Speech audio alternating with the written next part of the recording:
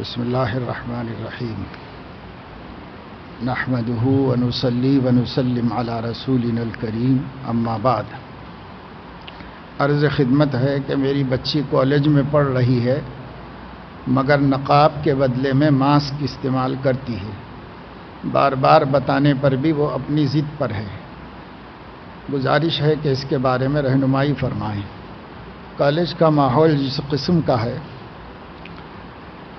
اس کو مد نظر رکھتے ہوئے اگر وہ اتنے پر راضی ہے تو اتنے پر بھی اکتفا کر لیا جائے کہ جو چہرہ ہے وہ اصولی طور پر سطر میں داخل نہیں ہے، لیکن فتنہ چہرے ہی سے ہوتا ہے۔ اس وجہ سے نقاب کا حکم ہے اور حجاب میں مسلمانوں نے اس کو شامل رکھا ہے، مگر اب یہ ہے کہ بجائے نقاب لگانے کے ڈالنے کے وہ ماسک پہنتی ہے تو اس سے بھی تقریباً چہرہ چھپ ہی جاتا ہے، آنکھیں رہ جاتی ہیں اور باقی تو سب تقریباً چھپ ہی جاتا ہے۔ اس لیے اسکارف ہو یا برقع ہو اور صرف چہرے پر نقاب نہیں ڈالتی ہے تو اس کی رعایت کی جا سکتی ہے اور آہستہ آہستہ اس کو اس کی اہمیت پر بتائیں۔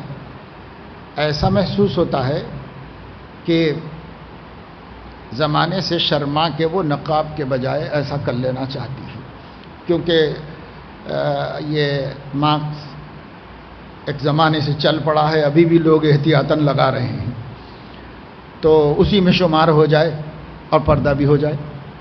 ممکن ہے اس کا ایسا خیال ہو، اس لیے زیادہ شدت کریں گے تو اس سے بھی انکار کر دے گی تو اور مشکل بات ہوتی ہے۔ اس لیے اتنے پر راضی ہو جائیں کہ اتنے کے لیے تو تیار ہے کہ وہ اپنے کو چھپا کے چہرہ جا رہی ہے باہر۔ عمل کرنے کے بعد لوگ غلطی زیادہ نظر آنے لگی ہے۔ چھوٹی بات پر زیادہ بول دیتا ہوں، لوگوں کی غلطی زیادہ نظر آئے۔ اصلاح کے لیے کوئی راہ عمل ارشاد فرمائیں۔ یہ کیسے معلوم ہو کہ اللہ نے مجھے معاف کر دیا؟ اس کے راضی ہونے کی کیا نشانی ہے؟ ہم جب اچھے کام کر رہے ہوں تو فطری طور پر دوسرا غلطی کر رہا ہے تو غلطی نظر آتی ہی ہے، لیکن یہ سوچ لینا چاہیے کہ ہم کو سے پورے طور پر باعمل ہیں، اس کی دوسری خوبیاں ہوں گی، اس میں کمزور ہوگا۔ ہم اس میں ٹھیک ہیں، ہمارے اندر دوسری خامیاں ہوں گی۔ اس لیے ہم حق نہیں رکھتے کہ ہم کسی کو حقیر سمجھیں۔ ہاں، خلوص محبت سے کسی کی غلطی سمجھانا چاہیے، سمجھا دیں، ایک آدھ مرتبہ توجہ دلا دیں، از راہ خیر خواہی توجہ دلا دیں، پھر کسی کو حقیر نہ سمجھیں۔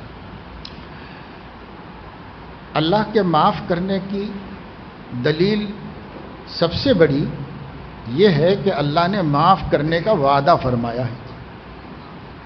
ثم تاب اللہ علیہم لیتوبوا، اللہ نے تمہیں پھر ان کو توبہ کی توفیق دی تاکہ وہ توبہ کریں۔ تو توفیق توبہ من جانب اللہ ہوتی ہے، جب اس نے توفیق دی تو قبول کیوں نہیں کرے گا؟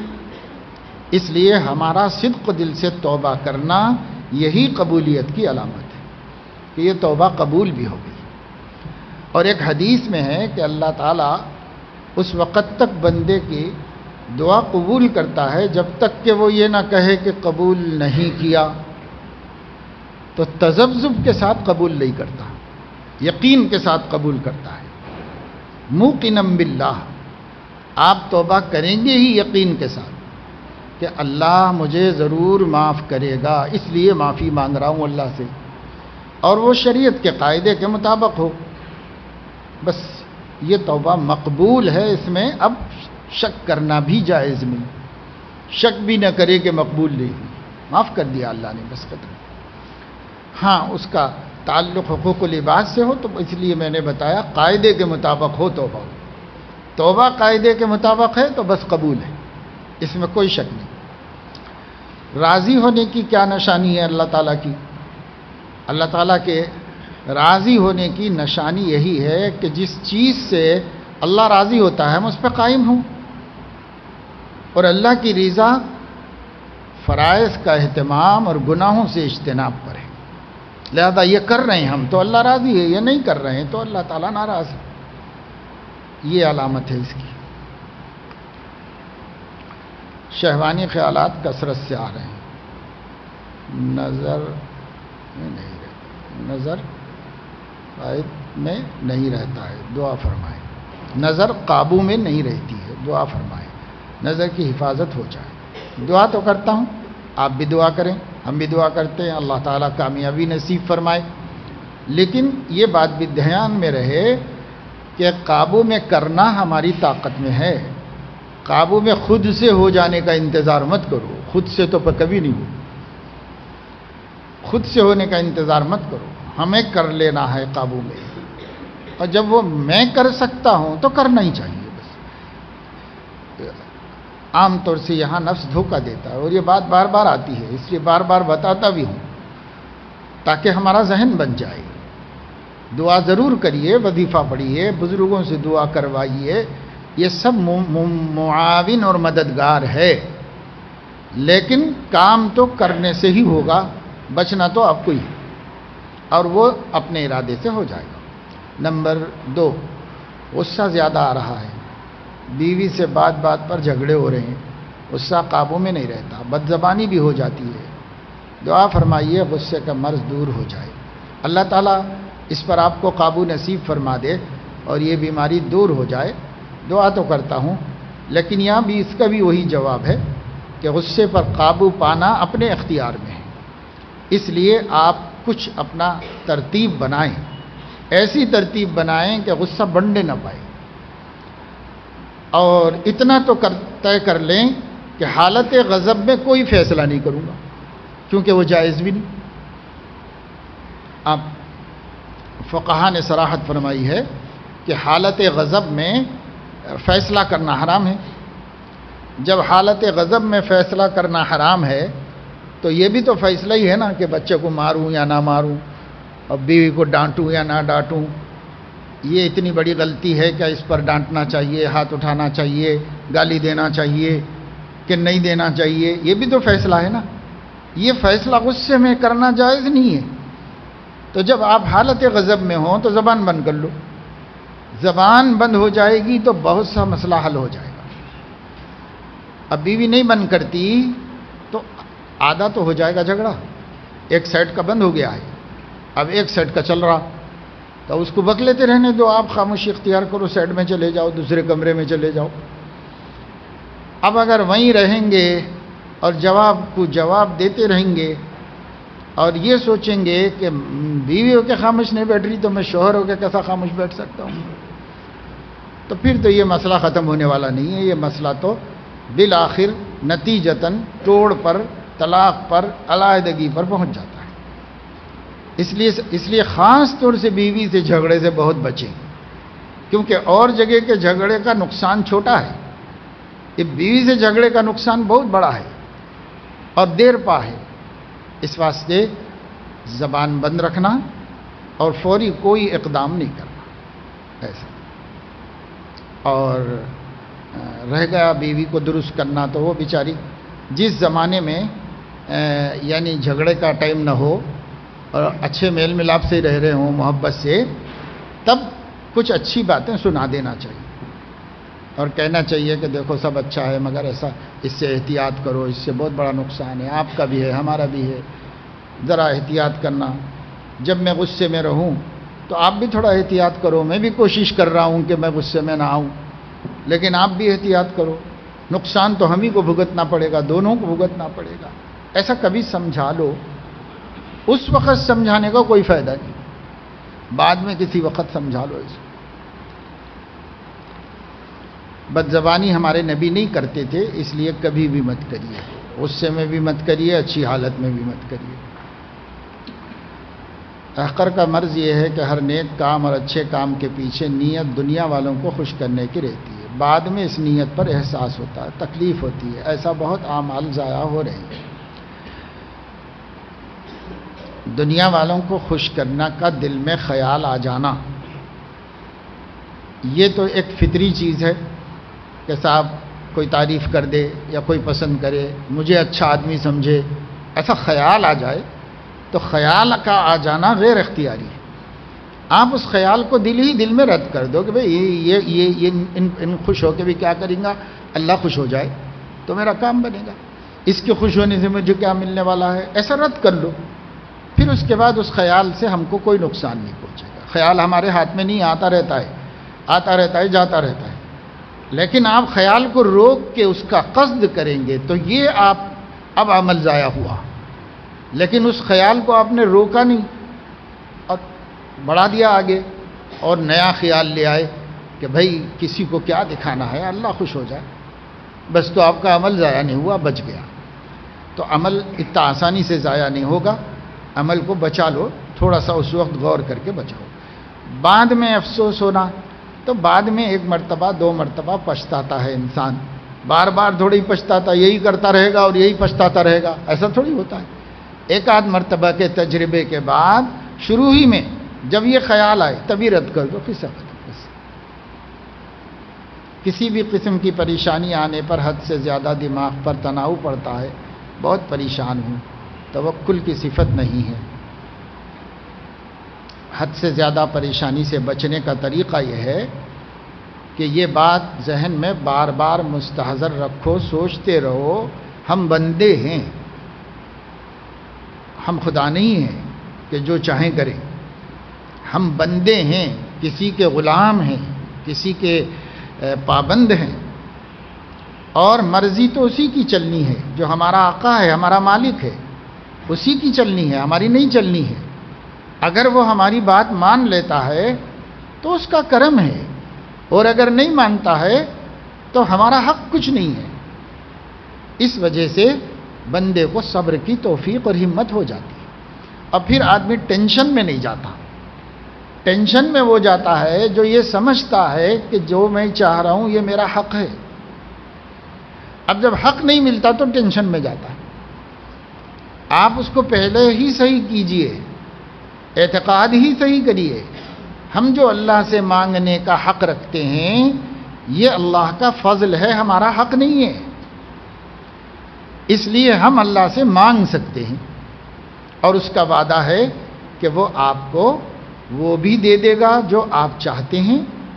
نہیں تو وہ نہیں دے گا، کچھ اور دے گا، پر دے گا ضرور. مانگنے کے بعد خالی نہیں کرے گا.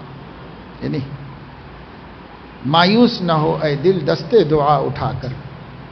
آپ کا اٹھا ہوا ہاتھ خالی نہیں جاتا.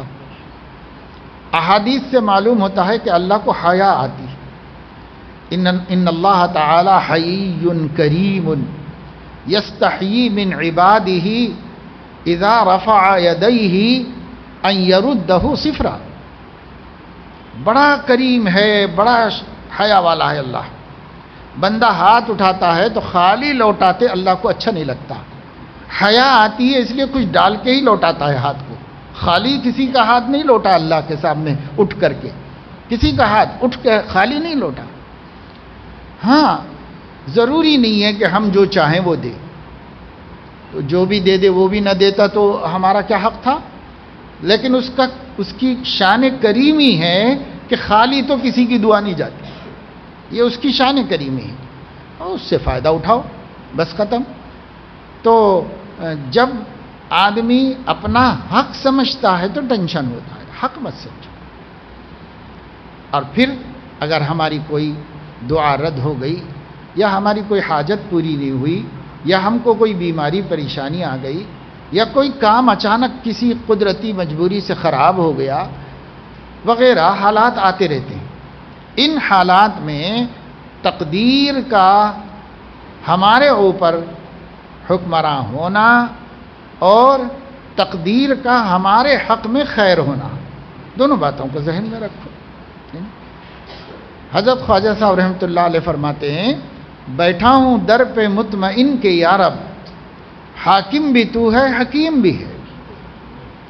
حاکم ہونے کا تقاضا یہ ہے کہ محکوم کوئی شکایت نہیں کر سکتا، اور حکیم ہونے کا تقاضا یہ ہے کہ حکیم نامناسب کام نہیں کرتا، سب اچھے کام کرتا. جب دو بھی ہے، اللہ حاکم بھی ہے حکیم بھی ہے، تو اب ہمارے کو اطمینان سے اس سے بڑھ کے اور کیا توکل چاہیے بھائی. توکل کے لیے بہت کافی. جو فیصلے کر رہا ہے ہمارے حق میں وہ ہمارا حاکم اعلیٰ ہے، کرنے کا حق رکھتا ہے اور ہم ماننے کا حق رکھتے ہیں۔ اب پھر وہ حکیم ہے، اندھا دھند نہیں کرتا، اپنے بندوں کی مصلحت مد نظر رکھ کر کرتا ہے۔ لہذا اطمینان کے لیے اور کیا چاہیے آپ کو؟ تو ٹینشن کی کوئی ضرورت نہیں ہے، اطمینان رکھو۔ بیٹھا ہوں در پہ یا رب، بیٹھا ہوں در پہ مطمئن کی یا رب، حاکم بھی تو ہے حکیم بھی ہے۔ بس یہی سوچ لیا کرو، انشاءاللہ ٹینشن نہیں ہوگا، بہت آرام سے رہو گے۔ ہر وقت اللہ تعالیٰ کا استحضار ہر وقت ہونا کیسے پیدا کریں؟ شیخ الاسلام حضرت مولانا تقی عثمانی صاحب دامت برکاتہم نے اس کا آسان طریقہ یہ بتایا ہے کہ جو نبی پاک صلی اللہ علیہ وسلم کی مسنون دعائیں ہیں ان کو یاد کر لو یا ان کے مواقع کو یاد کر لو۔ عربی میں نہیں یاد ہوتی تو اردو میں کر سکتے ہیں، موقع تو یاد کر لو کہ کس موقع پر آپ نے کیا دعا کی، کس موقع پر کیا دعا کی، اتنا جان لیجئے۔ حضرت صلی اللہ علیہ وسلم ہر تغیر حال پر کوئی ذکر کیے ہیں، اذکار میں سے کوئی ذکر ہر تغیر حال پر کی۔ تغیر مطلب چینجنگ، تبدیلی۔ جیسے اٹھے تھے کھڑے ہو گئے تو کچھ، کھڑے تھے بیٹھ گئے تو کوئی ذکر، بیٹھے تھے لیٹ گئے تو کوئی ذکر، آنکھ لگنی چاہتے ہیں تو کوئی ذکر، سو کے اٹھ گئے تو کوئی ذکر، بیت الخلاء میں جانے سے پہلے ذکر، بیت الخلاء سے نکلنے کے بعد ذکر، وضو سے پہلے ذکر، وضو کے درمیان ذکر، وضو کے بعد ذکر، مسجد میں داخل ہوتے وقت ذکر، مسجد سے نکلتے وقت ذکر، گھر میں داخل ہوتے وقت ذکر، گھر سے نکلتے وقت ذکر، بیوی سے ملنے سے پہلے بھی ذکر اور مل لینے کے بعد بھی دعا۔ تو دیکھو کوئی بھی حالت ایسی نہیں ملے گی جو انسان کو پیش آتی ہے اور اس میں نبی نے اللہ کو یاد نہ کیا ہو۔ تو جب ہم ان سنتوں پہ اپنے کو عامل کر لیں گے تو ہر وقت اللہ یاد رہے گا۔ یہ آسان طریقہ ہے۔ ان سنتوں کی عادت ڈال لو، مسنون دعاؤں کی عادت ڈال لو، ہر وقت ذکر ہے۔ اور تمام دعائیں جو کتاب الاذکار والدعوات میں احادیث کی کتب میں آئی ہیں باقاعدہ بڑی مقدار میں، ہر کتاب میں موجود ہے۔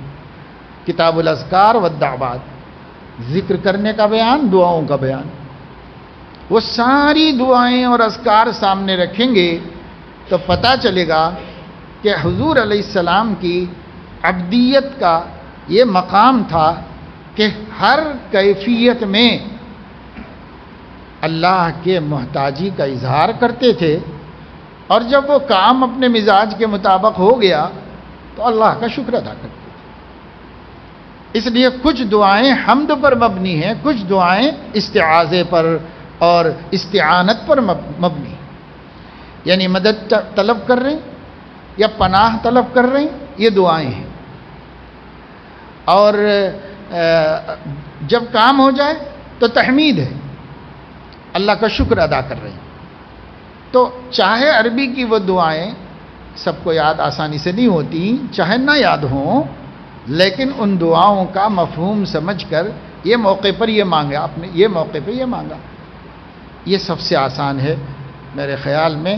اور حضرت اتنے بڑے عالم دین فرما رہے ہیں کہ یہ آسان طریقہ ہے ہر وقت یاد الہی کا، ہر وقت یاد الہی کا یہ آسان طریقہ۔ اور ظاہر ہے کہ ہمارے نبی ہی ایسے ہیں جو اپنی امت کو احکام دیتے ہیں سہولت کے ساتھ۔ اب ہمیشہ اللہ کو یاد رکھو کا حکم دیا ہے، کتنا مشکل کام، تو سہل بنا دیا اپنے طرز عمل سے۔ اب اتنا آسان ہے کہ اگر آپ اس پہلو سے دیکھو تو خدا کو بھولنا مشکل ہے، یاد رکھنا مشکل نہیں ہے، بھول جانا مشکل ہے، ایسا بنا دیا نبی نے۔ تو اس آسان طریقے سے فائدہ اٹھائیے۔ اللہ کے فضل و کرم سے نمازوں کی پابندی، تلاوت اور ذکر کی توفیق ہو جاتی ہے، لیکن گناہوں سے مکمل اجتناب نہیں ہو پا رہا ہے۔ جو ہو رہا ہے وہ تو بہت اچھا ہے، قابل شکر ہے، اللہ تعالیٰ کا شکر ادا کرتے رہیں کہ وہ باقی رہے اور قائم رہے۔ پر یہ دھیان میں رکھنا چاہیے کہ بسا اوقات آدمی دن بھر کیے مجاہدوں، ریاضتوں، عبادتوں سے کمایا ہوا نور ایک لمحے کے گناہ میں سلب کروا لیتا ہے، ختم کرا دیتا ہے۔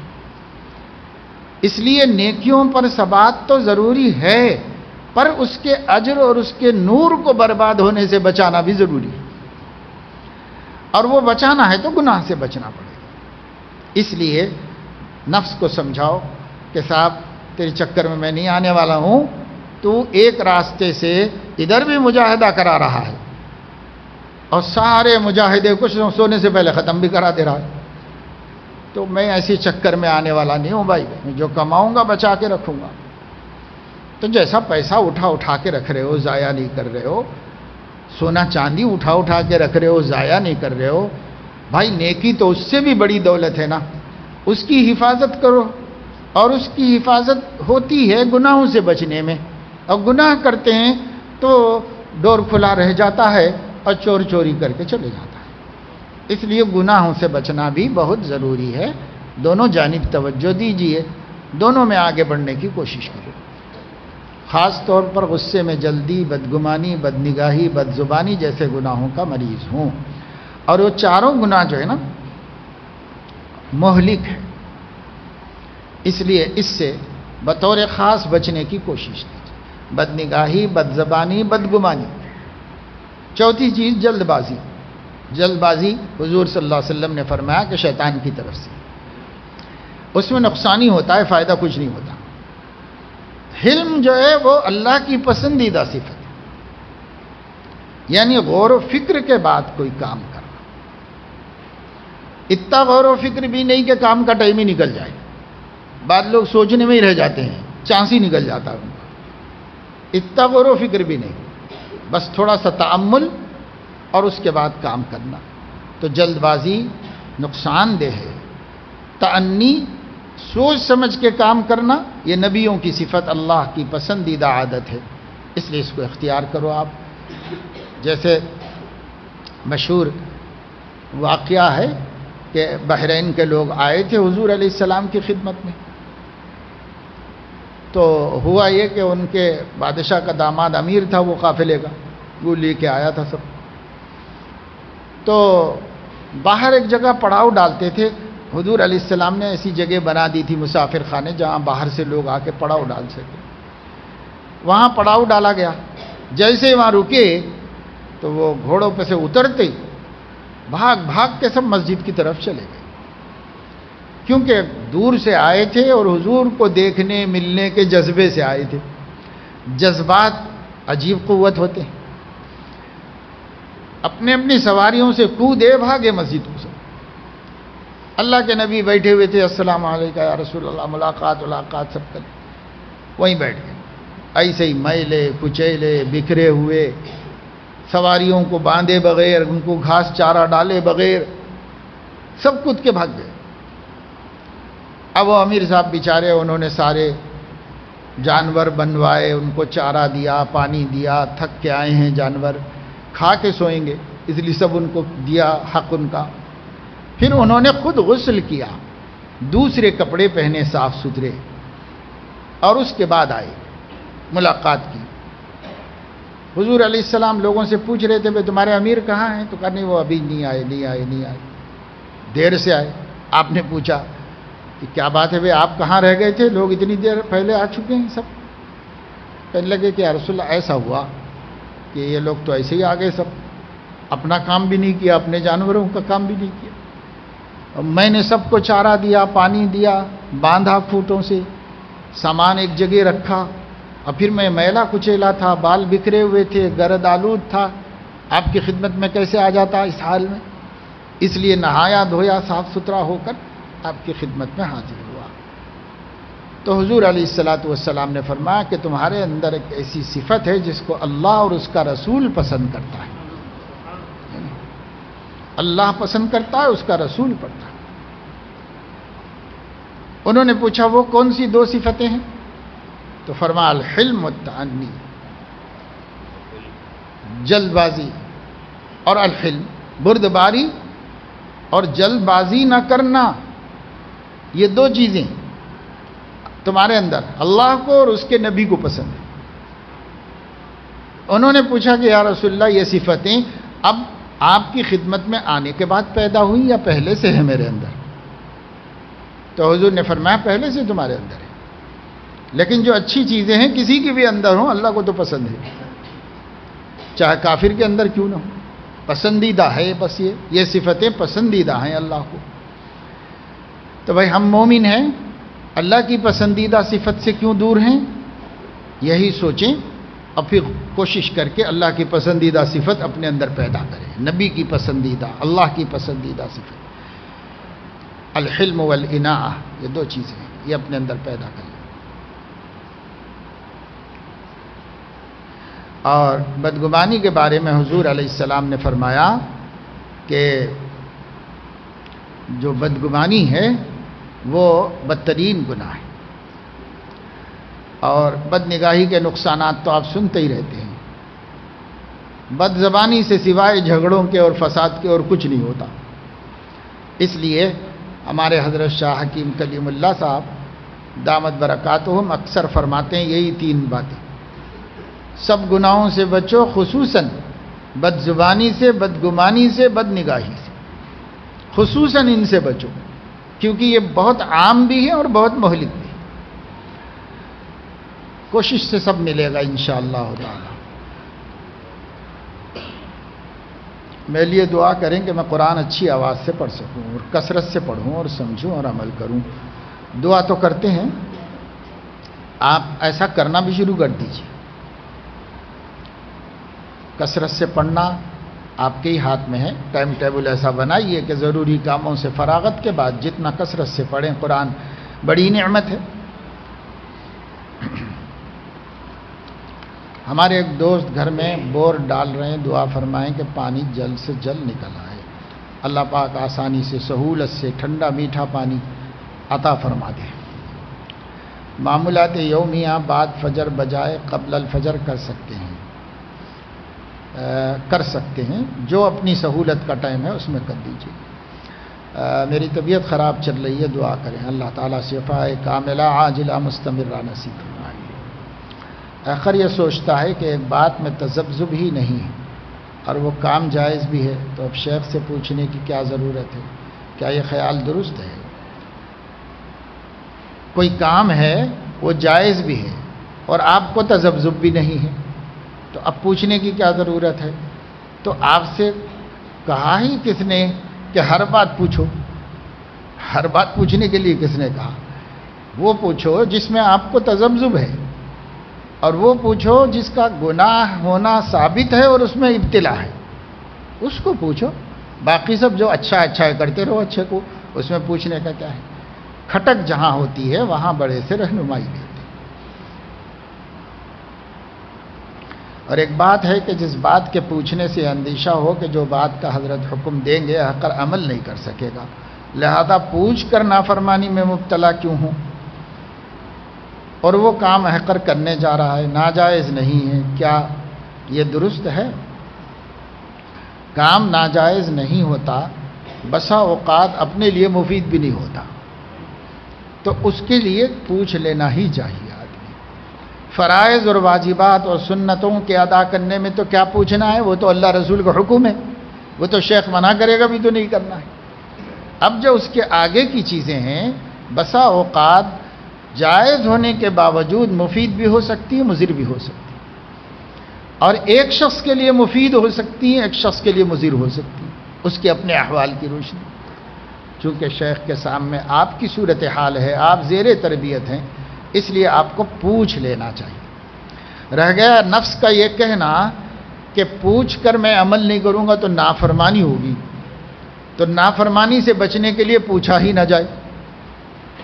یہ بہت بڑا وسوسہ ہے، اس واسطے کہ ارے بھائی پوچھنا اسی لیے ہے کہ فرما برداری کریں، پوچھ کے نافرمانی کرنے کا کیا ہے؟ ہو ہی نہیں سکتی نافرمانی۔ آپ پوچھ رہے ہیں اس لیے کہ وہ میری رہنمائی کریں صحیح راستے کی، جب انہوں نے کر دی تو آپ کو عمل کرنا چاہیے، اب اپنی رائے کو دخل ہی نہیں دینا چاہیے۔ تو یہ چیز جو ہے وسوسہ ہے، شیطان چاہتا ہے کہ خواہشات میں مشغول رکھے آدمی، اس لیے وہ ڈرتا ہے کہ کہیں منع نہ کر دیں تو پھر میری خواہش رک جائے گی، اس لیے ڈرتا ہے وہ.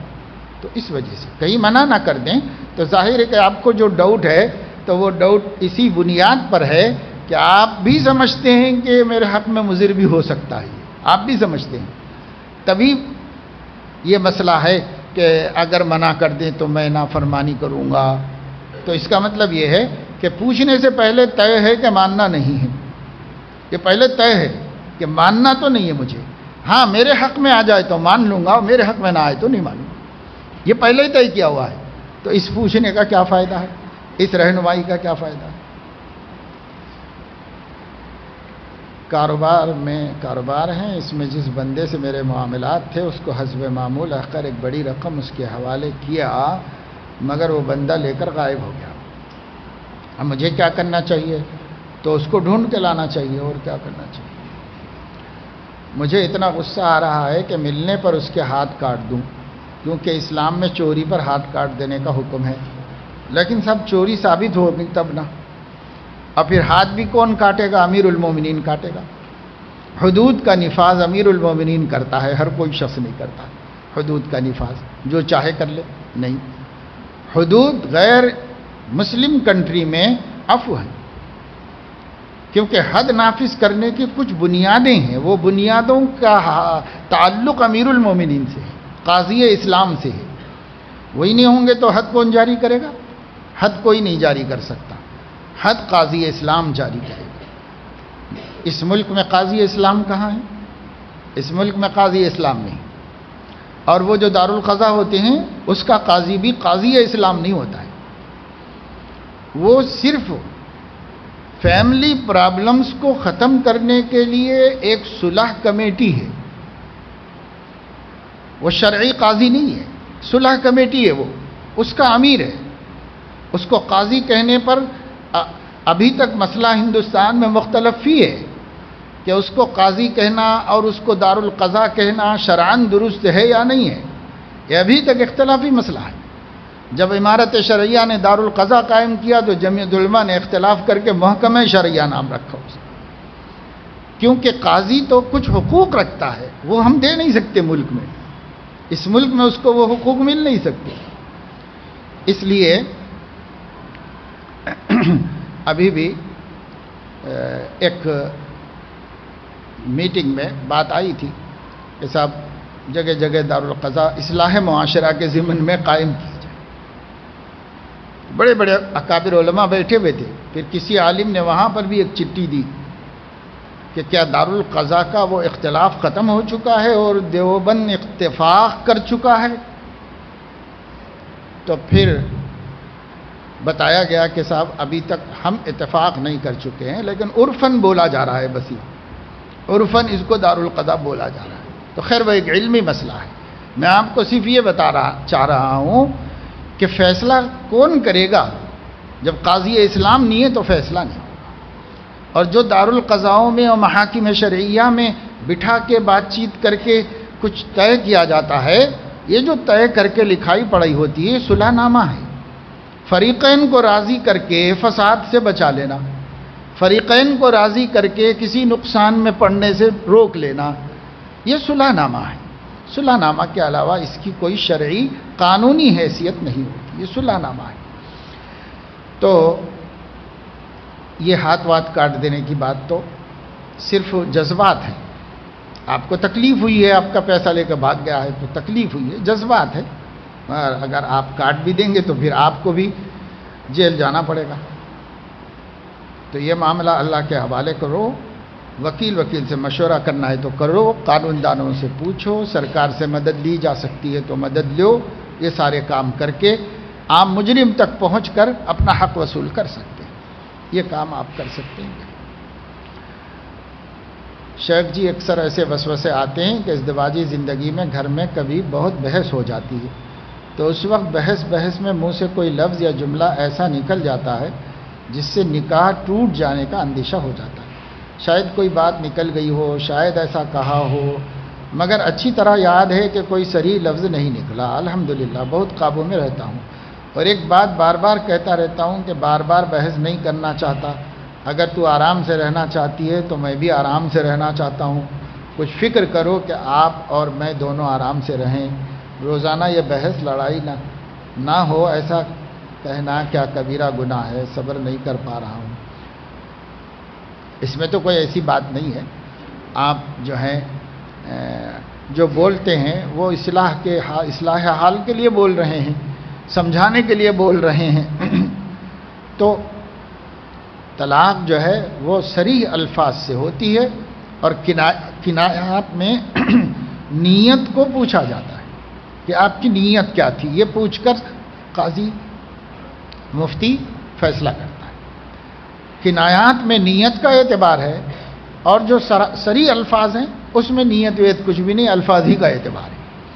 تو جب وہ بولتے نہیں آپ اور یہ بولتے ہیں، اور نیت یہ بھی نہیں ہے کہ علیحدگی ہو جائے، تو پھر بھی کوشش کیجئے کہ کنایات بھی استعمال نہ کریں، افہام تفہیم کرتے رہیں، بس جتنا صبر کر رہے ہیں اور کرتے رہو، اللہ اس صبر کا اچھا بدلہ عطا فرمائے گا انشاءاللہ۔ ایک مدرسے میں مدرس ہے، وہاں کے اصول ہیں کہ بچوں کو مارنا نہیں، صرف باتوں سے کام لو، مارنا منع ہے، اس لیے مارتا تو نہیں، مگر زبان سے کوئی بات کر دیتا ہوں اور اندر اندر غصے کو دبا دیتا ہوں، مگر خیال آتا ہے کہ جب ماروں مگر نہیں کرتا، خوب ماروں مگر نہیں کرتا، ایسا غصہ کرنا یا زبان سے کچھ الفاظ کہنا ایسا ہے۔ حضرت تدریسی میں فکر سے اچھا ہی پڑھاتا ہوں، مگر پھر بھی وہاں کے ذمہ دار صاحب کہتے ہیں کہ آپ ایسا مت پڑھاؤ۔ وہ صاحب بھی پابند نہیں، خود اپنی فکر نہیں کرتے، مگر مجھ پر کڑی نظر رکھتے ہیں۔ ایسی جگہ کام کرنا اور دل سے کھل کر کام کرنا مشکل ہو گیا ہے۔ یہ تو آپ فیصلہ کر لو۔ پہلی بات جو اس میں ہے کہ نہیں مارتے، نہیں مارو، مارنے کا جی چاہ رہا ہے تو چھوڑو، جی میں آتا ہے کہ بھائی اس کو خوب مار کے درست کرو، ایسا آتا ہے، آنے دو، کوئی بات نہیں۔ جب آپ عمل نہیں کر رہے ہیں تو قابو میں ہیں، اللہ کا شکر ہے، اللہ کا شکر ادا کرو، قابو ہی میں رہو۔ اب رہ گیا ہے کہ کسی جگہ محنت کر رہے ہو، اچھا پڑھا رہے ہو، اور ذمہ دار کو آپ کی قدر نہیں، وہ خواہ آپ کے پیچھے پڑا ہوا ہے، تو اگر ہمت ہے تو کام چلتے رہنے دو، بچوں کو ملحوظ رکھ کے کہ بھئی ان بچوں کا بھلا ہو جائے، ان کا نقصان نہ ہو، ان کو برداشت کر لو۔ ہمت ساتھ نہیں دے رہی ہے تو چھوڑ دو، کوئی دوسری جگہ پر کام کر لو جا کر۔ اس عاجز بندے میں ایک عادت کہ جب بھی کسی سے کوئی اذیت والی بات پہنچتی ہے تو صبر برداشت کر لیتا ہوں، دل میں کوئی تکلیف نہیں ہوتی، نظر انداز کر لیتا ہوں، مگر گھر میں اہلیہ کوئی تکلیف والی بات کرتی ہے تو برداشت نہیں ہوتا، بہت بحث ہو جاتی ہے، وہ برابر باتیں کرتی جاتی ہے، غصہ آتا ہی رہتا ہے، ایسا ہر دن ہو ہی جاتا ہے۔ دل میں خیال آتا ہے کہ یہ میرے لیے دل کا بوجھ بن گئی ہے، دین کے کاموں میں مدد کرنے کے بجائے رکاوٹ بن رہی ہے، ذہنی سکون نہیں ہے، بہت بار ارادہ کرتا ہوں کہ گھر والی کو برداشت کر لوں، مگر بات ایسی کرتی ہے کہ برداشت سے زیادہ ہو جاتی ہے۔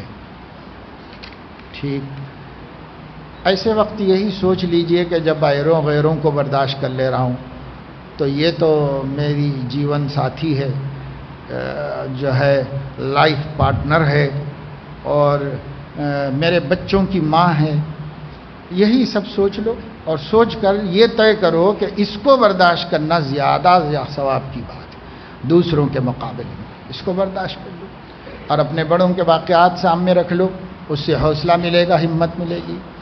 امیر المومنین عمر فاروق نے یہی فرمایا تھا کہ صاحب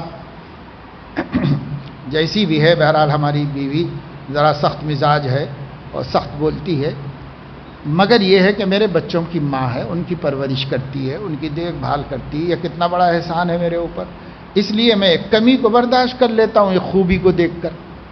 تو گویا یہ ضابطہ بتا دیا گیا کہ خوبیوں پر نظر کر کے برداشت کر لو، اور خامیوں کی اصلاح کی فکر رکھو، لیکن جھگڑے کا سبب بنتا ہے، بننے مت دو۔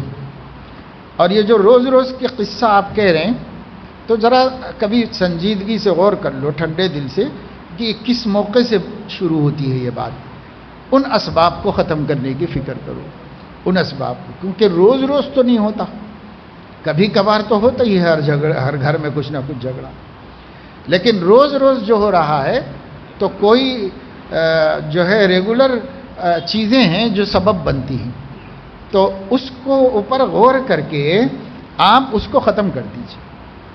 وہ آپ سبب بن رہے ہوں تو خود ہی چھوڑ دیجیے، اور اگر بیوی ہی سبب بن رہی ہے تو آغاز کیسے ہو رہا ہے اس آغاز کا حل نکالنے کے لیے غور کر لو، انشاءاللہ مدد ملے گی، اس سے کام آسانی سے آپ کا حل ہوگا۔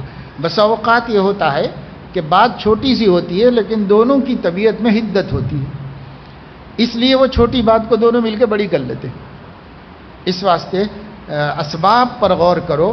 طبیب کیا کرتا ہے؟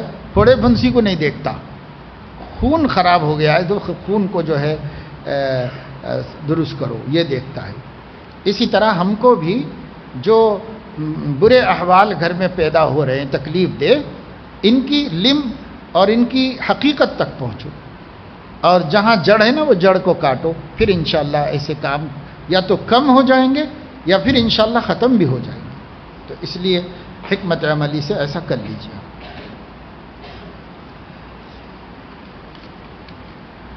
رات کی نماز اور معمولات میں بہت ناغہ ہو رہا ہے، بہت کوشش کر رہا ہوں لیکن حل نہیں ہو پا رہا، یہاں تک کہ 100 کے قریب وتر قضا ہو چکی۔ دعا بھی کیجیے، معقول حل بھی ارشاد فرما دیجیے۔ دعا کرتے ہیں اللہ پاک استقامت دے، دین پر ثبات عطا فرمائے، اللہ تعالی ہمت اور حوصلے میں اضافہ فرمائے۔ دوسری بات یہ ہے کہ آپ یہ سوچو کہ اب 100 وتر ہیں، پڑھنا تو پڑے گا ہی۔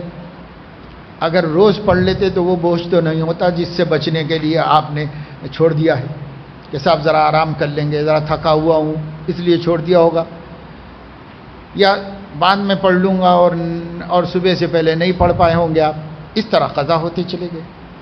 اب یہ جو قضا ہو گئے وہ جس تھوڑی سی اراحت کے لیے آپ نے قضا کیا تھا، اب 100 پڑھنا زیادہ آسان ہے، 100 دفعے کی وتر 300 رکعتیں پڑھنا زیادہ مشکل کام ہے، یا اس دن اب وقت پہ ہی پڑھ لیتے تو زیادہ مشکل ہوتی، وہ 3 رکعتیں اسی دن پڑھ لیتے تو زیادہ مشکل تھا، یا اب 300 رکعتیں پڑھنا تو ہے ہی۔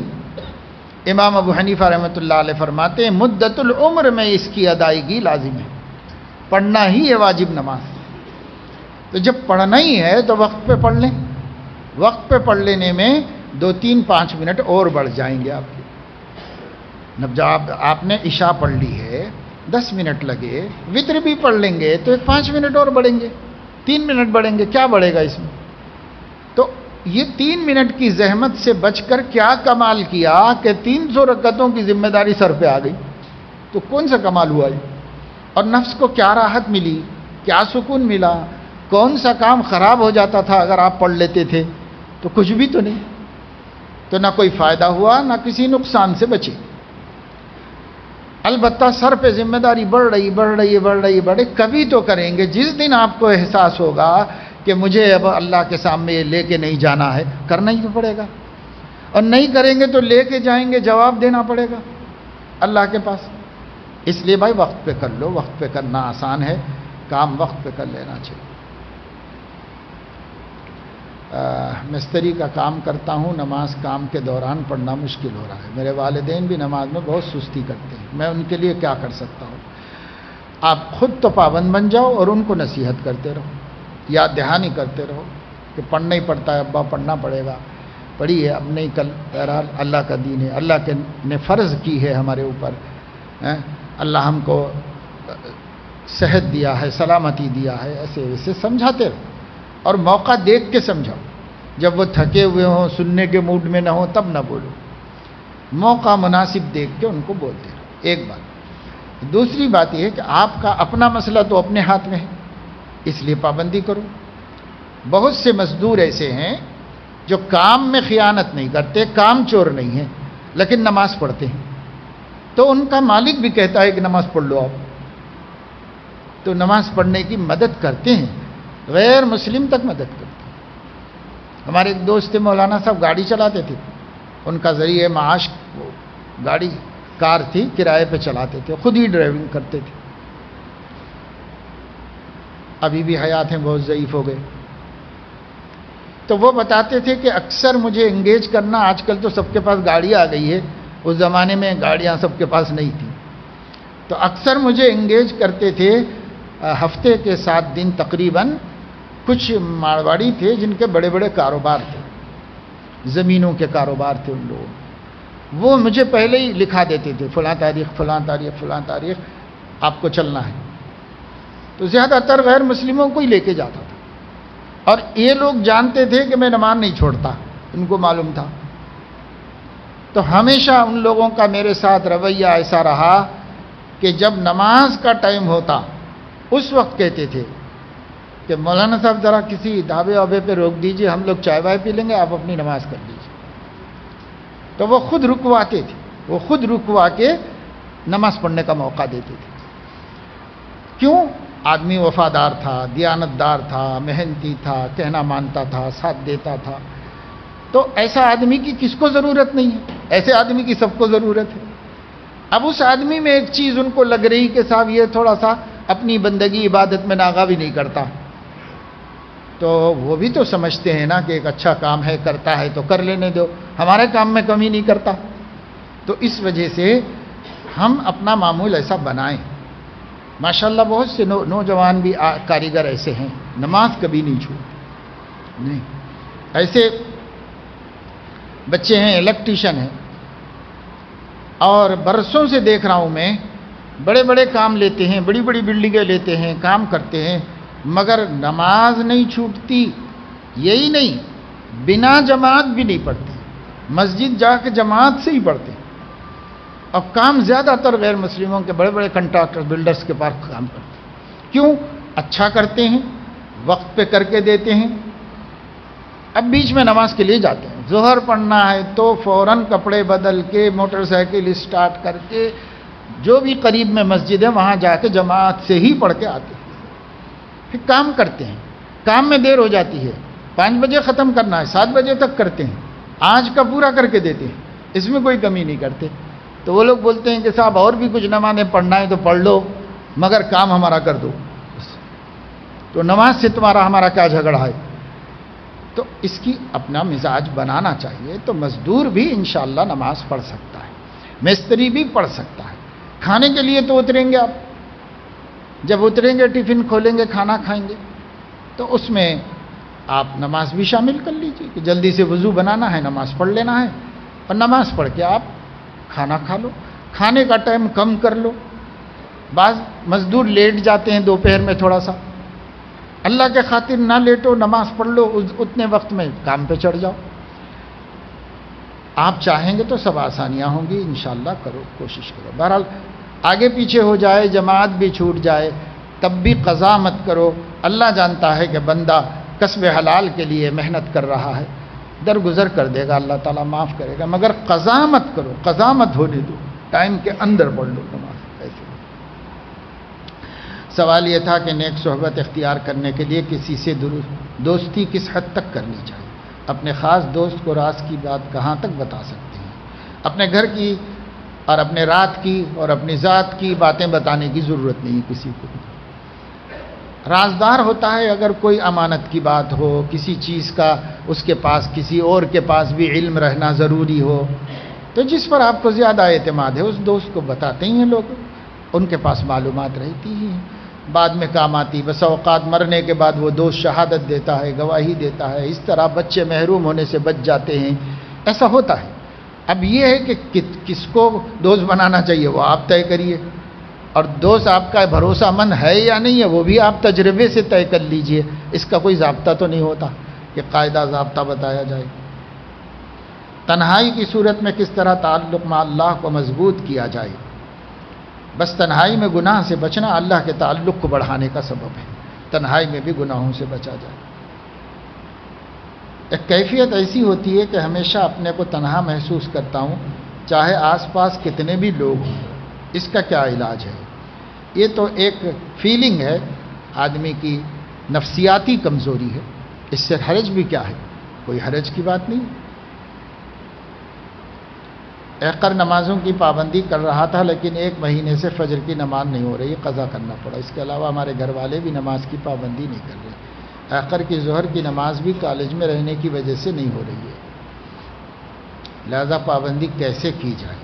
کیسے کی جائے؟ آپ کی نوکری میں آپ ہی طے کرو کہ کیسے کی جائے۔ نماز قضا تو نہیں ہونی چاہیے، مومن کو نماز قضا کرنے کی کوئی صورت بھی نہیں، اجازت ہی نہیں ہے، نہ نوکری کی وجہ سے، نہ تعلیم کی وجہ سے، کسی بھی وجہ سے اجازت نہیں۔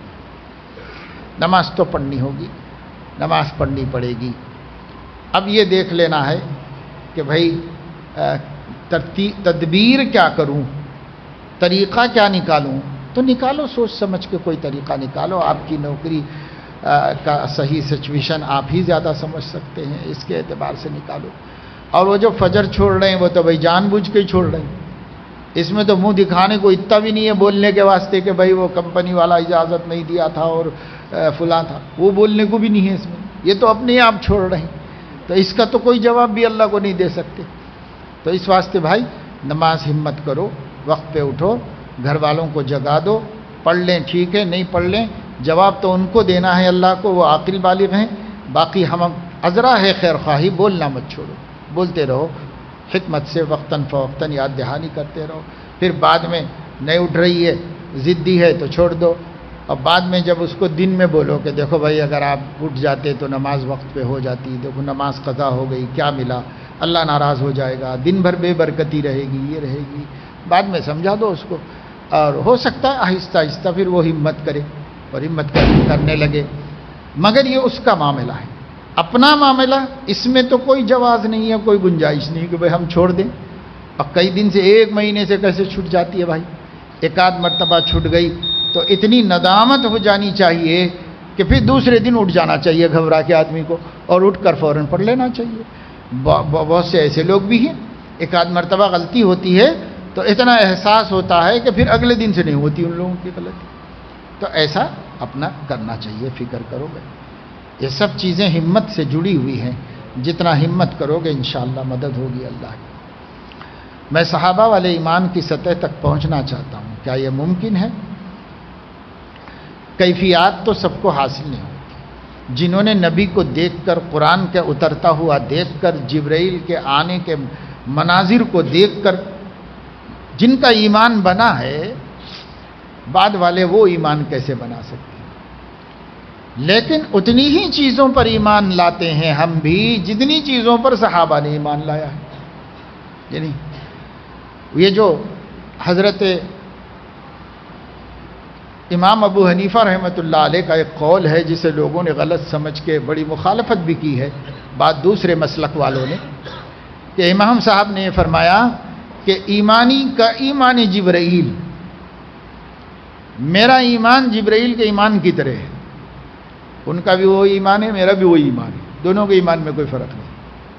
تو اس سے بظاہر یہ ہوا کہ صاحب جبرائیل جو اللہ کے حضور میں رہتے ہیں، ان کے ایمان ان کی کہاں سے ہو گئی بھائی؟ پھر جبرائیل کے نبی ہیں اور صحابہ ہیں اور سب کو آپ جبرائیل تک پہنچ گئے اور وہاں لے جا کے اپنا ایمان ان کے مشابہ کر دیا۔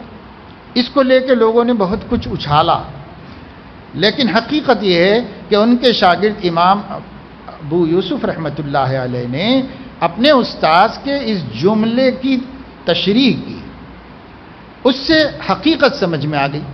انہوں نے یہ فرمایا کہ استاد نے جو یہ فرمایا تھا لوگوں نے اس کا غلط مفہوم سمجھا، غلط مفہوم الفاظ کی وجہ سے نکلا کہ استاد نے بہت مختصر سے الفاظ کہہ دیے اور یہ الفاظ میں اس بدگمانی کی گنجائش نکلی، اس لیے وہ بات جو استاد نے فرمائی تھی اگر میں کہوں گا تو وہ الفاظ میں نہیں کہوں گا جس میں انہوں نے کہا، میں کہوں گا آمنتو کما آمن بہ جبرائیل، میں یوں کہوں گا جتنی باتوں پر جبرائیل ایمان لائے میں بھی اتنی باتوں پر ایمان لایا، کیونکہ اس سے کم سے تو پھر مومن ہی نہیں ہوگا، پورے ہی ماننا پڑے گا، پورے ہی مان کے مومن ہوگا۔ تو حضرت امام ابو حنیفہ دراصل یہ بتانا چاہتے تھے کہ نفس ایمان ایک ہی ہوتا ہے اور درجات کم زیادہ ہوتے، وہ یہ بتانا چاہ رہے تھے کہ وہی ایمان جبرائیل کا ہے، وہی نبی کا ہے، وہی صحابہ کا ہے۔ اب نبی سے مشابہت گستاخی کی بات تھی، اس لیے جبرائیل کا نام لے لیا، کیونکہ سب کا ایمان اتنی ہی چیزوں پر ہے، ایک بھی کم ہوگا تو ایمان نہیں ہوگا، ساری باتوں مومن بھی پر ایمان، جبرائیل کا، نبی کا، صحابہ کا، اولیاء کا، سب کا وہی، محدثین، فقہا، سب کا۔ اب اس کی کیفیت، جہاں تک کیفیت کی بات ہے تو کون کس کے مرتبے کو پہنچ سکتا ہے؟ ہر ایک اپنے مرتبے پر ہے کیفیت کے اعتبار سے، اس لیے کیفیات جدا جدا ہوتی ہیں، یہ ہو سکتا۔ اب ہم صحابہ والا ایمان ہی رکھتے ہیں، کیونکہ اہل السنت والجماعت نے جو ایمانیات ہمیں دیے ہیں وہ وہی ہیں جو صحابہ کا ایمان تھا، وہ وہی ہیں جو ہمارے نبی کا ایمان تھا، وہی چیزیں اہل السنت نے جمع کر کے ہم کو اس پر ایمان لانے کے لیے کہا۔ اب آپ جانتے ہیں تب بھی، اور اگر نہیں جانتے ہیں اور یہ کہتے ہیں کہ میں اہل السنت والجماعت کے طریقے پر ہوں، تو بھی اجمالاً آپ وہی باتوں پر ایمان رکھتے ہیں جن پر صحابہ کا ایمان تھا۔ اب اگر سوال آپ کا کیفیت سے متعلق ہے تو چہ نسبت خاک را با عالم پاک، ہمارے ایمان صحابہ کے ایمان کے برابر کیسے ہوں گے؟ وہ کیفیت ہم نہیں لا سکتے۔ صحابہ جن چیزوں پر ایمان لائے ہیں ان پر ایمان لانا کافی ہے۔ اب اس ایمان پر محنت کرو، تھوڑی تھوڑی قربت ہوتی چلی جائے گی، لیکن عین صحابہ جیسا ایمان بعد والوں کا بننا مشکل ہے۔ اس واسطے اس میں فرق کرو۔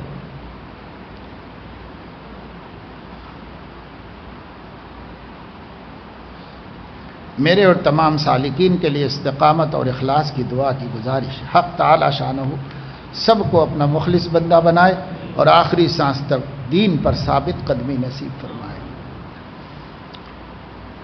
دعا کیسے کرنا چاہیے، یعنی اس کا طریقہ کیا ہے؟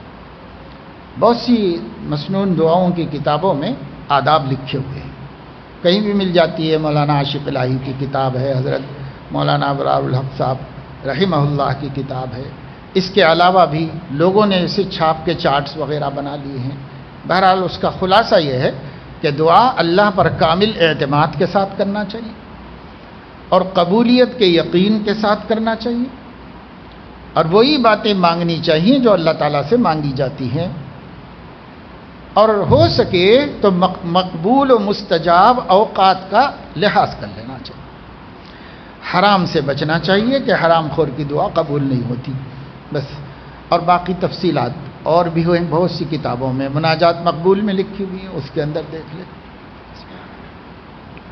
بندہ طالب علم ہے اور چاہتا ہے کہ اپنا ہر کام سنت کے مطابق ہو، روزمرہ امور اسی کے مطابق، اس کے متعلق کوئی تجویز فرما دیں۔ ایک کتاب ہے رسول اللہ صلی اللہ علیہ وسلم کی سنتیں، اس کتاب کو رکھ لو، اس میں زندگی بھر کی 24 گھنٹے کی زندگی۔ ایک کتاب کا نام ہے نبوی لیل و نہار، اس کو رکھ لو اپنے سامنے تو اس سے پتہ چل جائے گا۔ ایک کتاب حضرت مولانا میاں اصغر حسین دیوبندی کی ہے، گلزار سنت، اس میں بھی انہوں نے زندگی بھر کی سنتوں کو ایک ایک کر کے مختصر رسالے میں جمع فرما دیا ہے۔ اسی طریقے سے حضرت ڈاکٹر عبدالحی صاحب رحمہ اللہ کی اچھی خاصی ضخیم کتاب ہے اسوہ رسول اکرم صلی اللہ علیہ وسلم۔ اور قریب زمانے میں گجرات کے ایک نو فارغ عالم نے بڑی محنت کر کے آداب و سنن کے نام سے کتاب لکھی، اس میں ساری ہی باتیں آ گئی ہیں، آپ اس میں سے روزمرہ کی لے لیجئے، روزمرہ کی لے کے اس کی پابندی شروع کر دیجئے، انشاءاللہ تعالی ہماری زندگی سنت کے مطابق ہو جائے گی۔ اپنے بچوں کو تبلیغی جماعت کے مرکز لے جا رہا ہوں اتوار کو مغرب بعد، یہ سوچ کر کے کہ بچوں کو دینی ماحول سے جوڑا جائے، کیا یہ ٹھیک ہے؟ دینی ماحول مسجد میں لے جانا، بیان میں بٹھانا اور ان کو اچھی اچھی دین کی باتیں سنانا، یہ سب ٹھیک ہے اور درست ہے، لیکن بسا اوقات مرکز میں بھی یا کسی بھی اجتماع میں بیان کرنے والے غیر علماء ہوتے ہیں، اور کبھی علماء بھی بعض ایسی باتیں کہہ دیتے ہیں جو یا تو مبالغہ ہوتی ہیں یا حقیقت سے بعید ہوتی ہیں، تو بعد میں اپنے بچے کو وہ سمجھا دینا تاکہ غلط علم پر لے جانے کا آپ کو گناہ نہ ہو، اس لیے بعد میں سمجھا دینا۔ اور اکثر چیزیں اچھی ہیں اور اکثر چیزوں سے فائدہ ہوگا، نفع ہوگا بچے کو، اس میں کوئی حرج کی بات نہیں۔ اور فضائل اعمال کی تعلیم بھی گھر پر شروع کیا، مگر ناغوں کے ساتھ پابندی نہیں ہو رہی ہے، ناغوں کے ساتھ بھی چل رہی ہے تو غنیمت ہے، کوشش کرو کہ پابندی بھی ہو جائے، تعلیم گھر میں ہونا چاہیے، اور جیسے فضائل کی ہونی چاہیے مسائل کی بھی ہونی چاہیے، اور یہ بات تو دعوت و تبلیغ کے اکابر ہی کی تعلیمات میں سے۔ حضرت مولانا عمر صاحب پالن پوری رحمۃ اللہ علیہ روزانہ نظام الدین میں 10 بجے والی نشست میں روز بلا ناغا جو اصول بتاتے تھے، ان اصولوں میں یہ بھی بتاتے تھے کہ روز 4 تعلیم ہونی چاہیے، 2 مسجد میں، 2 گھر میں، اور گھر کی جو تعلیم ہے وہ 2 تعلیمیں ہیں، ایک فضائل کی اور ایک مسائل کی۔ اور فضائل کے لیے فضائل اعمال کو پڑھ لو، اس سے فضائل اعمال معلوم ہو جائیں گے، اور مسائل کے لیے بہشتی زیور پڑھو، اس سے مسائل سیکھ لو۔ اور پھر فرماتے تھے کہ فضائل سے وجود اعمال ہوتا ہے، مسائل سے قبول اعمال ہوتا ہے، اس لیے دونوں تعلیم کمپلسری ہے۔ جب سے ایک تعلیم ہم لوگوں نے چھوڑ دی تو وجود اعمال تو ہو رہا ہے لیکن گڑبڑ بھی ہو رہی ہے اس کے اندر، اس لیے مسائل کا علم بھی بہت ضروری ہے۔ تو گھر میں دونوں تعلیموں کا آغاز کیجئے، اور یہ مت سمجھیے کہ یہ دونوں تعلیم کی بات کسی اور نے کہی ہے، نہیں، یہ دعوت و تبلیغ کے اکابر ہی نے کہی ہے، اور انہی کا بنایا ہوا ضابطہ اور اصول ہے۔ اس کے مطابق آپ اپنے گھر میں شروع کیجئے۔ اس زمانے کے لوگ نہیں کر رہے ہوں تو اس کو مت دیکھیے، اصل وہ لوگ ہیں جنہوں نے اس کام کا خاکہ بنایا اور اس کام کو چلایا، اصل وہ لوگ ہیں، ان کو دیکھیے، ان کو دیکھ کر اس کے مطابق کریے۔ حضرت والا کی مجلس میں آنے کا معمول ہے، کبھی کسی وجہ سے نہیں آتا ہوں، مگر حضرت کو اطلاع نہیں کرتا، یہ سوچ کر کے کہ اس کی کیا ضرورت ہے، مجھے کوئی خاص ضرورت محسوس نہیں ہوتی۔ ٹھیک ہے، اس واسطے کہ بہت سے لوگوں کو میں اتنا قریب سے جانتا بھی نہیں ہوں، اس لیے وہ نہیں بھی آئیں گے تو مجھے کچھ اندازہ بھی نہیں ہوگا کہ نہیں آئے ہیں کوئی۔ اور جو لوگ ایسے ہیں جن کا قریبی تعلق ہے، ان لوگوں کو آنا بھی چاہیے پابندی سے، اور اگر کسی وجہ سے نہ آ سکیں تو اجازت بھی لینا چاہیے۔ باقی جو دوسرے حضرات ہیں جو بیعت بھی نہیں ہیں یا انہوں نے بیعت ہو کر بھی اپنا تعلق نہیں رکھا ہوا ہے، تو وہ ہمارے دینی دوست ہیں، جب موقع ہو آؤ، جب موقع ہو نہ آؤ، اطلاع کرنے کی بھی ضرورت نہیں ہے، آتے ہو فائدہ ہوتا ہے تو آؤ، نفع ہوگا انشاءاللہ تعالی، کسی کو بھی ہوگا، کسی کے لیے ممانعت نہیں ہے۔ لیکن جو سلوک طے کر رہے باقاعدہ بیعت ہو کر کے، ان کو تو غیر حاضری کرنی ہی نہیں چاہیے، اور اگر کریں تو اجازت لے کے کرنا چاہیے، اطلاع بھی کافی نہیں، اجازت لینا چاہیے ان کو کہ کیا میرے لیے اجازت ہے کہ میں ناغہ کر دوں، آج اجازت لینا چاہیے۔ یہ حضرت مجھے غصہ بہت ہے، میں اپنے بچوں کو پیر سے مارتا ہوں اور سالے کا جملہ استعمال کرتا ہوں، بعد میں مجھے شرمندگی ہوتی ہے، مگر پھر کبھی طبیعت کے خلاف بات ہوتی ہے، پھر وہی، مگر قابو نہیں کر رہا ہوں، کیا کروں؟ بچوں کی حرکتیں ہی ایسی رہتی ہیں کہ قابو مشکل ہے۔ بعض بچے بہت شریر ہوتے ہیں، بہت زج کر دیتے ہیں، ٹھیک ہے، مگر کیا کریں، اللہ پاک نے ایسا بنایا ہے ان کو، وہ خود سے تو نہیں بن گئے، آپ نے بھی نہیں بنایا ہے، خود سے بھی نہیں بن گئے ہیں، وہ خود سے کیا بنیں گے؟ تو اب فطری طور پر ان کی طبیعت میں تیزی ہوتی ہے، تیزی کی وجہ سے نافرمانی کرتے ہیں یا جواب دیتے ہیں یا ضد کا معاملہ کرتے ہیں، تو طبیعتیں ہیں، کیا کرتے ہیں؟ اللہ کی نعمت سمجھ کر صبر کرنا چاہیے، اور یہ سوچنا چاہیے کہ نعمتوں میں اولاد کتنی بڑی نعمت ہے۔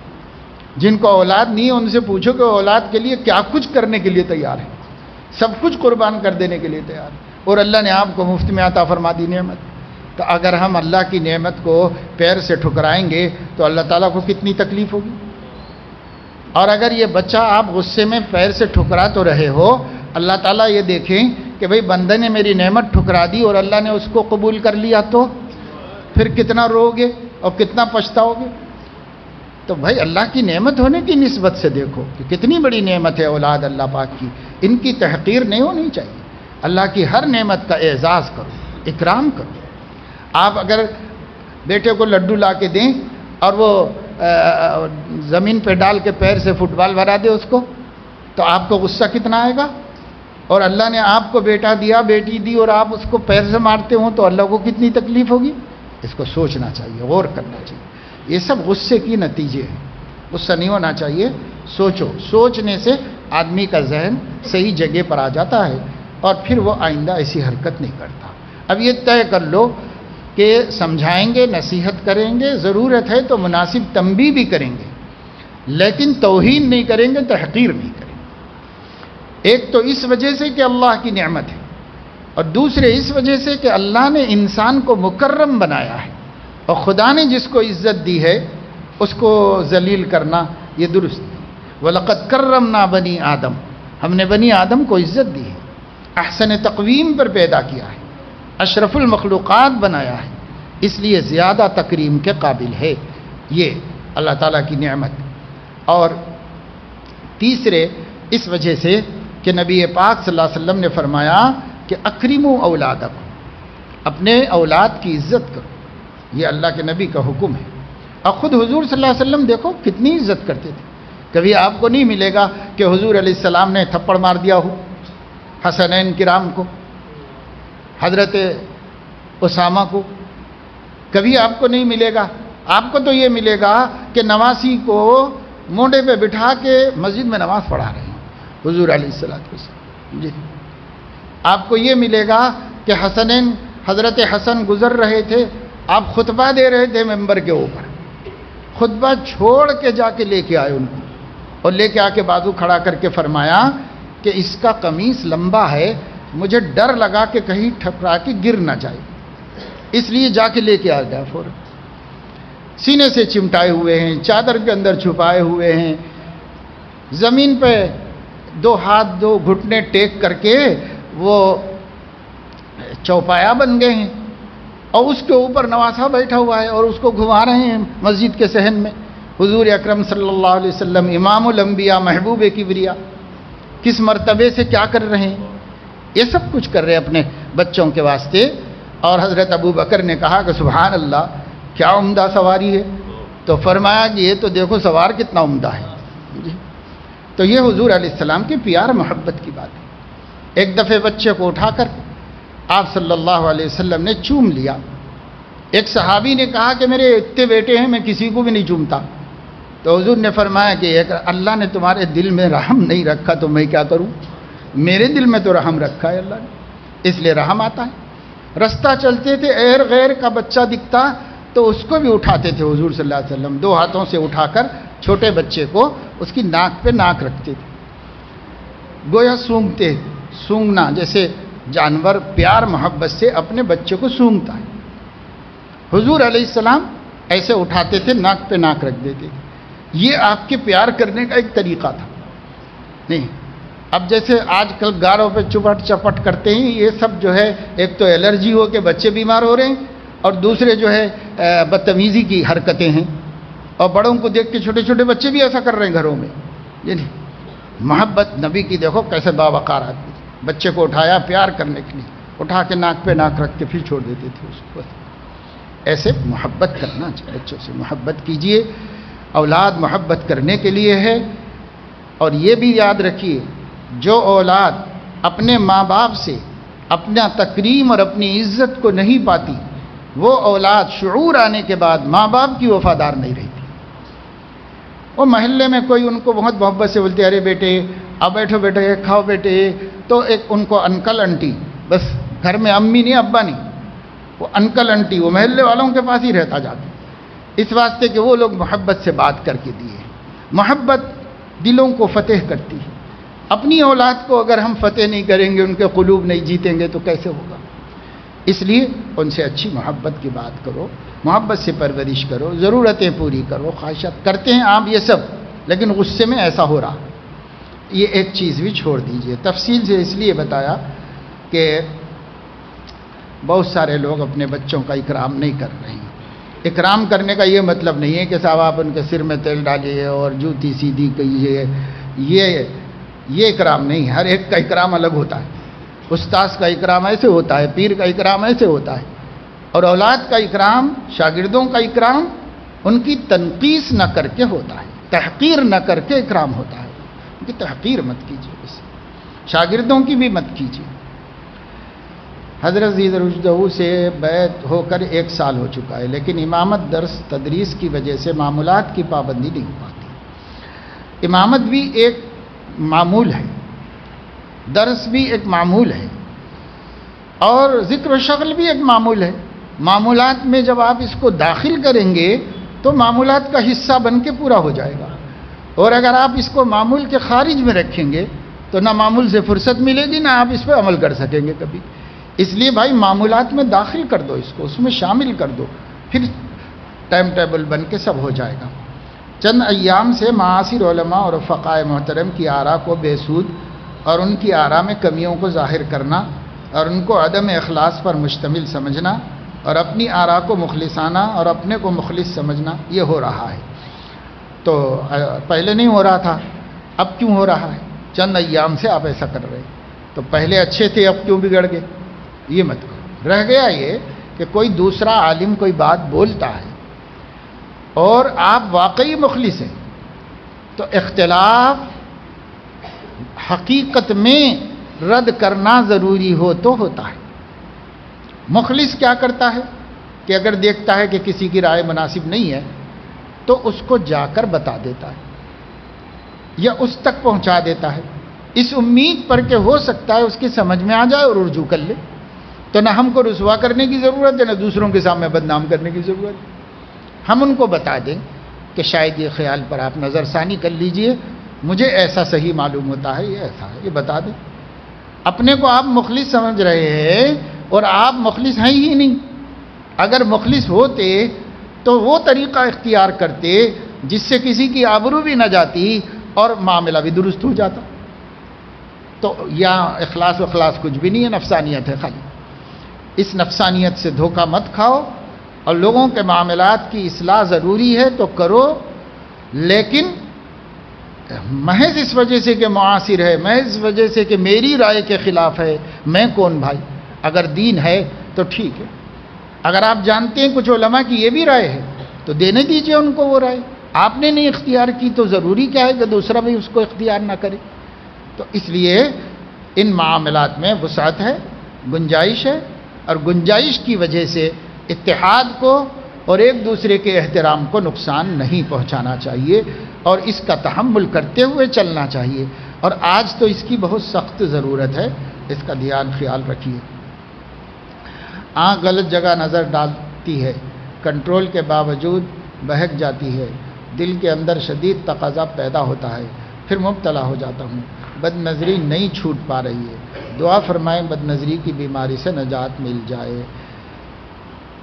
دعا کرتے ہیں اللہ تعالیٰ اپنے فضل و کرم سے نجات پانے میں مدد شامل حال فرما دے، اور نجات پانے کی کوشش آپ کو کرنا ہے، آپ کریے تو مدد آ جائے گی اللہ تعالیٰ کی، انشاءاللہ ضرور مدد آئے گی۔ اللہ کا وعدہ ہے کہ جو کوشش کرتا ہے میں اس کی کوشش کو رائے گا نہیں کرتا، اس لیے آپ کوشش کیجئے، ابھی کوشش ہی میں کمی ہے، کوشش کی کمی دور کیجئے، انشاءاللہ برابر کامیابی ملے گی۔ گناہ کی نفرت دل سے نکلتی جا رہی ہے، ماہانہ مجلس سے جانے کے بعد ایک ہفتہ بہتر رہتی ہے، ایک ہفتے کے بعد گناہوں کا سلسلہ شروع ہو جاتا ہے، گناہ کرتے وقت آخرت و جہنم بھی یاد نہیں رہتی، یاد رہتی ہے پھر بھی گناہ کر لیتا ہوں۔ بہرحال مغلوب النفس ہونے کی وجہ سے ایسا ہوتا ہے، ایمان اپنی جگہ پر ہے، عقیدہ اپنی جگہ پر ہے، لیکن نفس سے مغلوب ہیں، نفس سے مغلوب ہونے کی وجہ سے عمل خراب ہو جاتا ہے۔ اس واسطے عقیدے کی حفاظت بھی بسا اوقات بدعملی کی نحوست سے ختم ہو جاتی ہے، اس واسطے وہاں تک نہیں پہنچنا چاہیے۔ ایک ہفتہ جو اللہ کا شکر ادا کرو، اور ایک ہفتے کے بعد جب سے بگاڑ شروع وہیں سے اطلاع کرو کہ صاحب ایک سال سے کیا کر رہے ہیں۔ ایک ہفتے کے بعد بگاڑ ہوتا ہے، فوراً اطلاع کرو کہ بھائی ایک ہفتہ تک تو ٹھیک رہا میں، اب یہاں سے گڑبڑ ہو رہی ہے، کیا کروں؟ اور پھر ہمت کرو بھائی، ہمت سے ہر کام بنتا ہے، اور اطلاع حالات ہی نہ ہوں تو کیسے آدمی ترقی کرے گا۔ غیر مسلم پڑوسی ہمیشہ دعوت دیتے رہتے ہیں، جس کی جیسا کہ گنپتی غیر مسلم کے جنازے میں جانا جائز ہے یا نہیں؟ وہ لوگ دعوت دیتے ہیں، مذہبی رسوم میں تو شرکت جائز نہیں ہے کیونکہ یہ شرک سری ہے، اس کی کوئی گنجائش نہیں، لیکن غیر مسلم یوں تہوار کے موقع پہ گھر پہ کھانا وانا کھلا دے، کچھ دوستوں کو بلا لے، پڑوسی کو بلا لے، تو اس کھانے میں اگر گوشت نہیں ہے تو کھا سکتے ہیں، دوسری چیزیں کوئی کھا لے جس کو جو حلالے سے متعلق نہیں، حلال کرنے سے اس کا تعلق نہیں ہے، یعنی وہ گوشت ہے، باقی چیزیں حلال ہیں، اللہ نے حلال بنائی ہیں، وہ کھا لے سکتے ہیں، ان کے پاس کوئی حرج نہیں، ان کو بھی دے سکتے ہیں، ان کی دعوت بھی قبول کر سکتے ہیں، کھا سکتے ہیں۔ جنازے کا جہاں تک معاملہ ہے تو جنازے کی مشایعت نہیں کر سکتے، یعنی جلوس میں ساتھ نہیں جا سکتے اور تدفین میں شریک نہیں ہو سکتے، باقی گھر پہ جانا، تسلی دینا، ہمت افزائی کرنا، غم میں شرکت کرنا، اس وقت ان کے لیے کھانے پانی کا انتظام کرنا، مہمانوں کی فکر کرنا، یہ سب پڑوسی ہونے کے ناطے آپ کا حق ہے، آپ کو کرنا چاہیے، یہ اسلام کی تعلیم ہے، یہ سنت زندہ کرنے کی ضرورت ہے۔ باقی اب جو آگے ہو رہا ہے وہ رسومات ہیں، وہ جب دیکھیں گے کہ یہ بندہ آتا ہے، ملتا ہے، ہمارے غم میں شریک ہے، بعد میں بھی آیا، پھر رات میں بھی آ کے ملا ہمارے سے، اگلے دن بھی آ کے خیر خیریت لیا اور ہماری مدد کیا، تو اس کو یقین ہو جائے گا کہ وہ جو آپ نے نہیں کیا وہ آپ کے مذہب کے رینج سے باہر، اس وجہ سے نہیں کیا، تو اس کو شکایت بھی نہیں ہوگی۔ شکایت جب ہوتی ہے کہ سب مصیبت سے جوجھ رہے ہیں، جھیل رہے ہیں، یہ مسلمان ہے، آ رہا جا رہا نماز کو مگر پوچھتا نہیں خیر خیریت اور تکلیف میں شریک نہیں ہوتا، تو اس کو وہ لوگ تعصب سمجھتے ہیں، اور نبی نے بھی اس کو سنت نہیں بنایا۔ سنت یہی بنایا کہ سب کی ہمدرد رہو، غم گسار رہو، یہی سنت بنایا۔ اپنی دیوالی یا جو نیک خواہشات اس وقت پیش کرنا تہواروں کے موقع پر؟ نیک خواہشات تہوار کے لیے تو آدمی کہہ سکتا ہے، لیکن یہ ہے کہ ان کی اکثر تہوار جو ہیں وہ مذہبی رسومات سے جڑی ہوئی ہیں۔ ہم جیسے عید کے دن سب سے پہلا کام نماز پڑھتے ہیں، بخاری میں ہے کہ حضور علیہ السلام نے فرمایا کہ آج عید کا دن ہے، پہلا کام جو ہم کریں گے وہ اللہ کی عبادت کریں گے، تو نہائیں گے، دھوئیں گے، عیدگاہ جائیں گے، عبادت کر کے پھر کھائیں گے، پیئیں گے، کھلائیں گے، پلائیں گے، آپس میں ایک دوسرے کے حقوق ادا کریں گے۔ تو جیسے ہمارے ہاں ہے کہ ہمارے ہاں تہوار کو، عید کو مذہب سے جوڑا گیا ہے، تو ان کے ہاں بھی تہوار مذہب سے جڑا ہوا ہے۔ اب اس میں دو حصے ہوئے نا، ایک ہے کہ بھئی عیدگاہ جانا، نماز پڑھنا، یہ کرنا، اس میں کوئی ہندو آ کے ہمارے ساتھ شریک نہیں ہوتا، اور بعض ہو جاتے ہیں سیاسی قسم کے لوگ، تو وہ ان کی سیاسی شرکت ہے۔ البتہ ہندو جو ہے وہ ہم سے کہتا ہے شیرخرما کھلاؤ بھائی، اور بریانی کھلاؤ، ہم کو بلاؤ، خوشی میں، دوستی میں کھاتا بھی ہے، شریک ہوتا ہے۔ ایسے ہی ان کے بھی دو حصے کر دیں، جو حصے کا تعلق مذہب سے ہے اس میں ہم شرکت نہیں کر سکتے، اور جو حصے کا تعلق محض ایک انسانی مسرت اور خوشی سے ہے اس میں ہم شریک ہوں گے، اور جو چیز حرام ہے وہ نہیں کھائیں گے، باقی کے اندر ہم شرکت کر سکتے ہیں ایک دوسرے کے ساتھ۔ زبان، دل، آنکھ کے صحیح استعمال میں اضافے کے لیے ہمیں مزید کیا کرنا ہوگا؟ دل میں رقت کیسے پیدا ہوگی؟ دل میں رقت پیدا ہوتی ہے غربا پروری سے، بیماروں کی تیمارداری سے، اور جنازے میں شرکت سے۔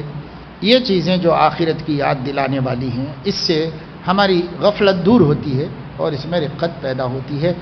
اور زبان، دل، آنکھ سب کا صحیح استعمال یہی ہے کہ اس کو گناہ میں استعمال نہ کیا جائے، بس باقی اچھے کام کیجئے، اس سے کوئی منع نہیں کرتے۔ غیر مسلموں کو ہم دعوت اسلام کیسے دیں؟ اس کا کیا طریقہ ہوگا؟ کیسی محنت ہوگی؟ رہبری فرمائیں۔ غیر مسلموں کو دعوت اسلام اس وقت اس ملک میں دینے کی شرعی حیثیت کیا ہے؟ پہلے اس کو سمجھ لیجئے، وہ واجب اور فرض کے درجے میں نہیں۔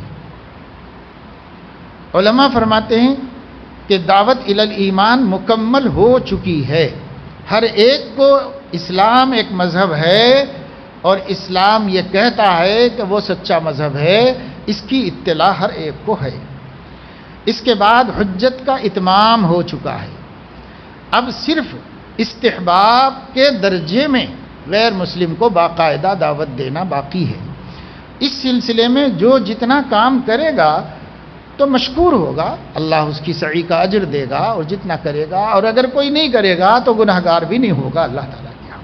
اس سلسلے میں مغالطہ ہے، اور بعض لوگ یہ کہتے ہیں کہ وہ کافر قیامت میں آپ سے پوچھے گا، اب پوچھے گا تو آپ کو بھی جہنم میں جانا پڑے گا، یہ مغالطہ ہے، یہ محققین کی رائے نہیں ہے، یہ سرسری علم رکھنے والوں کا خیال ہے۔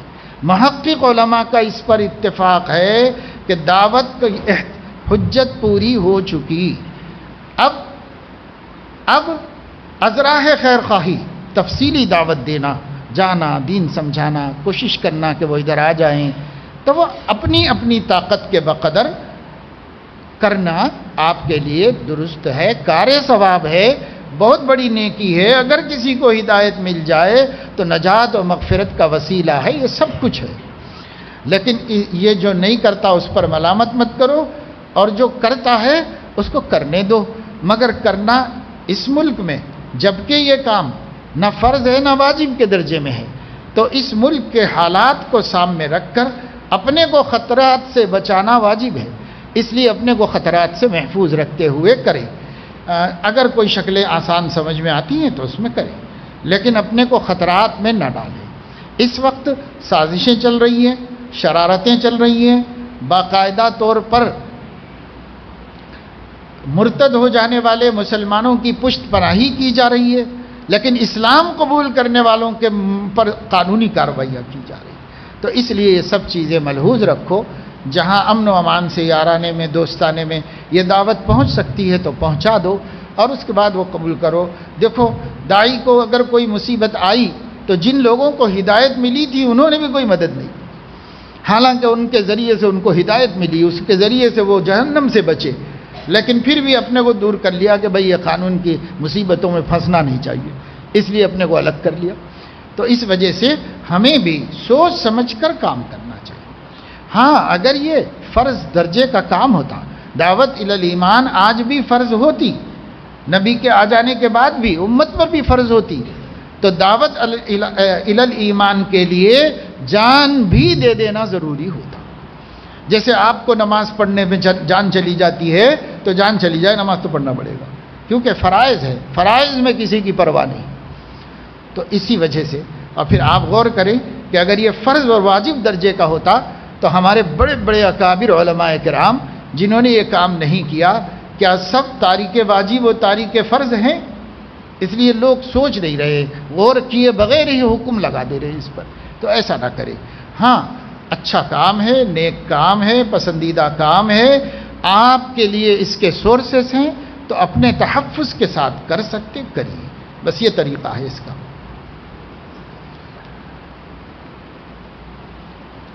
گناہ سے بچنا افضل ہے یا نیکی کرنا افضل ہے؟ ہمارے حضرت محی السنہ رحمۃ اللہ علیہ ایک مثال دیتے تھے، اس مثال سے آپ کو بہت آسانی سے سمجھ جائے گا۔ حضرت فرماتے تھے کہ میں آپ سے پوچھتا ہوں کہ آپ کے چہرے پر آنکھ کا ہونا زیادہ بہتر ہے یا ناک کا ہونا زیادہ بہتر ہے؟ کیا ہونا چاہیے آپ کے چہرے پر؟ دونوں ہونا چاہیے۔ تو بھائی دین کے سب کام ہونے چاہیے، گناہوں سے بچنے کا بھی ایک حکم ہے، وہ بھی پورا ہونا چاہیے، نیکی کرنے کا بھی حکم ہے، وہ بھی پورا ہونا چاہیے۔ اب اس میں افضل کون سا ہے؟ تو افضل تو نہیں کہا جائے گا، افضل دونوں ہیں، گناہ سے بچنا بھی افضل ہے اور فرائض کا ادا کرنا بھی افضل ہے۔ ہاں یہ تقابل کیا جا سکتا ہے کہ نوافل میں مشغول ہونا زیادہ ضروری ہے یا گناہ سے بچنا زیادہ ضروری ہے، تب کہا جائے گا گناہ سے بچنا زیادہ ضروری ہے نوافل میں مشغول ہونے کے مقابلے میں۔ باقی فرائض سے تقابل نہیں ہے، وہ بھی فرض ہے وہ بھی فرض ہے، دونوں فرض ہیں۔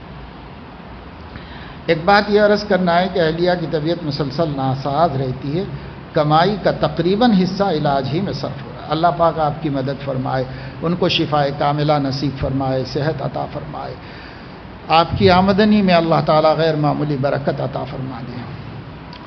جب میں دوسروں کو ترقی کرتے دیکھتا ہوں تو جلتا ہوں، فوراً دل میں یہ سوچ لو کہ اللہ اس کو ترقی دے رہے ہیں تو مجھے کیا شکایت؟ بھائی مجھے کوئی شکایت نہیں، اللہ سے کہو کہ اللہ پاک اس کو بھی ترقی دیجئے اور مجھے بھی دیجئے، بس اتنا کافی ہے، اور زیادہ پریشانی میں مت پڑو۔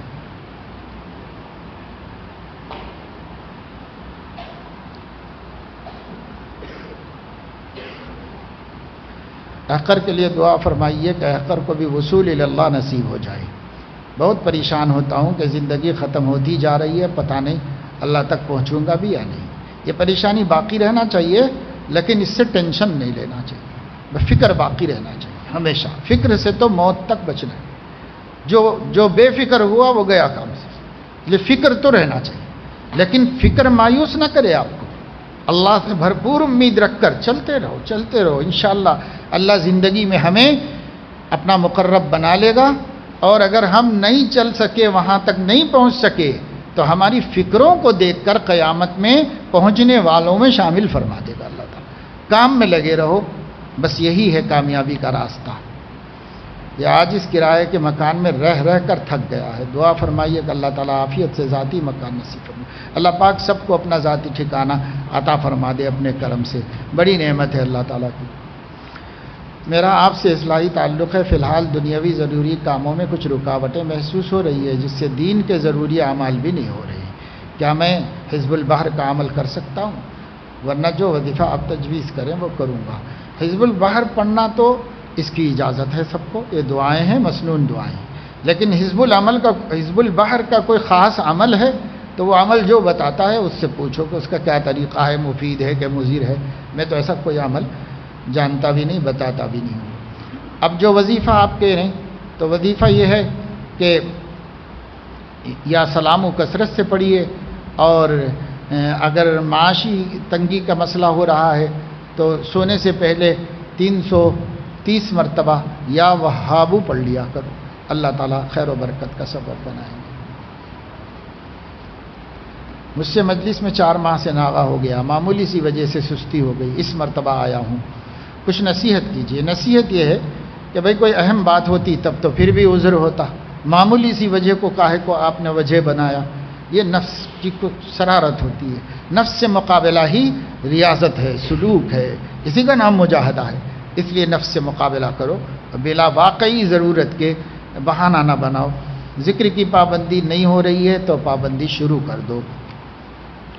اللہ تعالیٰ اپنے فضل و کرم سے توفیق عمل نصیب فرمائے۔ ہمارے بھائی کا ایکسیڈنٹ میں انتقال ہوا، دعا کی درخواست ہے، اللہ تعالیٰ ان کی مغفرت فرمائے، درجات بلند فرمائے، اہل خانہ کو صبر نصیب فرمائے۔ جس کی وجہ سے حادثہ ہوا اس پر بہت غصہ آ رہا ہے، حالانکہ ہم نے معاف کر دیا، اب معاف کر دیا تو دل صاف کر لو اور نکال دو، ختم کر دو قصہ۔ ہم مکتب پڑھاتے ہیں، طلبہ طالبات کی تعلیم کے ساتھ تربیت بھی کرتے ہیں، لیکن تربیت کا اثر تھوڑی ہی دیر ہوتا ہے، بعد میں پھر اسی طرح ہو جاتے ہیں۔ ہم کیا کریں؟ ہمارا کام تربیت کرنا ہے، بس تربیت کریں۔ ما علی الرسول الا البلاغ المبین، ما انت علیہم بوکیل لست علیہم بمسیطر وما انت علیہم بحفیظ۔ اللہ نے ہمارے نبی کو بھی ذمہ دار نہیں بنایا عمل کا، ذمہ دار بنایا دعوت کا۔ ہم دعوت دے رہے ہیں، بچوں کو سکھا رہے ہیں، بچے تھوڑا عمل کرتے ہیں، ہم بڑے ہو کر چھوڑتے جا رہے ہیں، بچے پھر بھول جاتے ہیں، پھر چھوڑ دیتے ہیں، لیکن آپ کی باتیں یاد رہیں گی۔ جب وہ شعور کی زندگی میں قدم رکھیں گے تو ضرور اس پر عمل کریں گے، آپ کی محنت رائے گاہ نہیں ہوگی۔ مایوس مت ہو جاؤ، کام کرتے رہو۔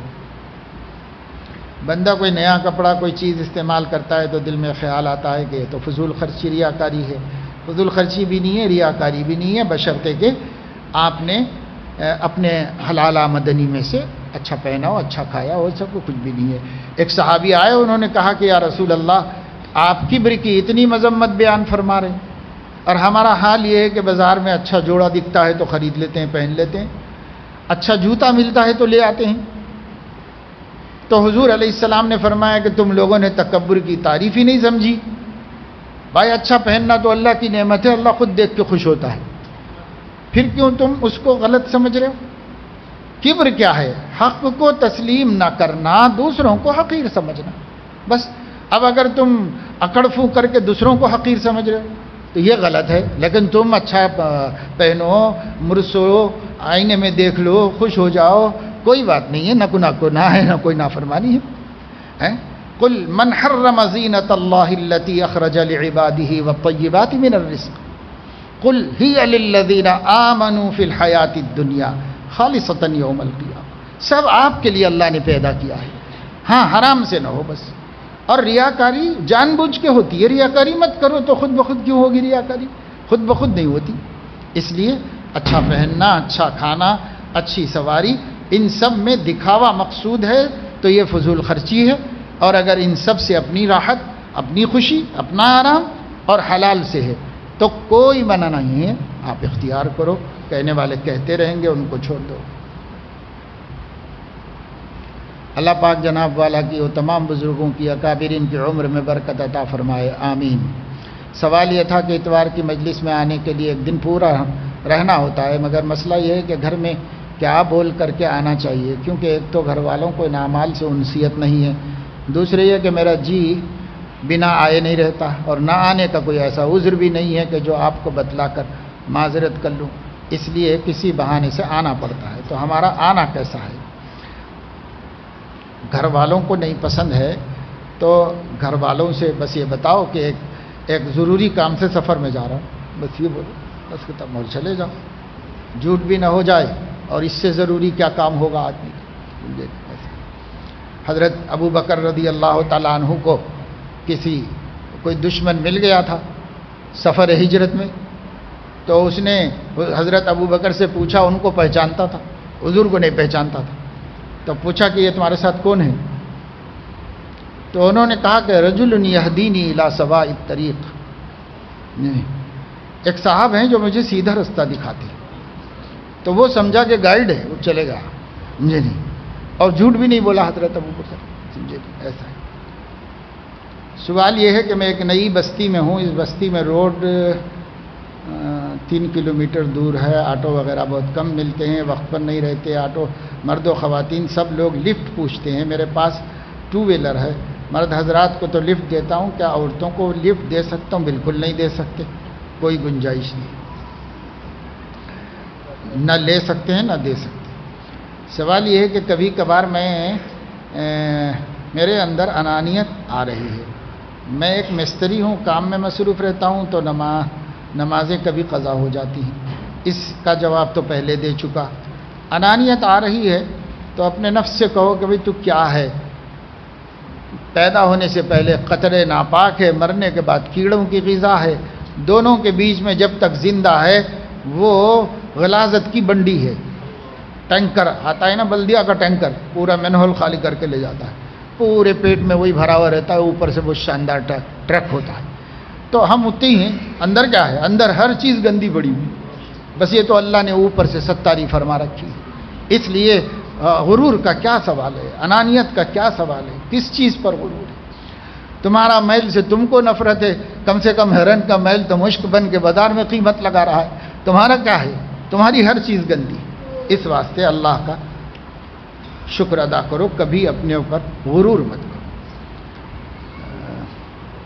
میرا اصلاحی تعلق 8 سال سے، الحمدللہ بہت فائدہ ہوا، معلومات میں بہت اضافہ ہوا، لیکن راہ سلوک میں جب سے قدم رکھا ہے بہت سے گناہ کبائر ہو رہے ہیں، بہت تیزی سے گناہ کی طرف جا رہا ہوں۔ پھر لوگوں میں اہل اللہ کی باتیں، اپنے شیخ کی باتیں سناتا رہتا ہوں، لیکن میں خود عمل سے خالی ہوں، بہت افسوس ہوتا ہے۔ یہاں آنے سے ایک بہت بڑا فائدہ یہ ہو رہا ہے کہ گناہ کرنے کے بعد شرمندگی ہوتی ہے، پھر اپنے گناہوں پر اللہ کے سامنے روتا ہوں، پھر سچی توبہ کرتا ہوں، پھر 2-3 دن کے بعد وہی حال ہو جاتا ہے۔ 8 سال سے پابندی سے مجلس میں شرکت کرتا ہوں، دعا فرمائیں اللہ مجھ کو دین پر استقامت عطا فرمائے۔ اللہ تعالیٰ سے دعا ہے کہ اللہ تعالیٰ اس کیفیت کو تو ہمیشہ باقی رکھے، جو پچھتانے کی اور اپنی کمزوریوں پر نظر رکھنے کی جو احساس ہے، یہ احساس باقی، جب تک یہ احساس باقی ہے ترقی کی امیدیں باقی، اور جب یہ احساس ختم ہو جائے گا تو وہ بھی ختم ہو جائے گا۔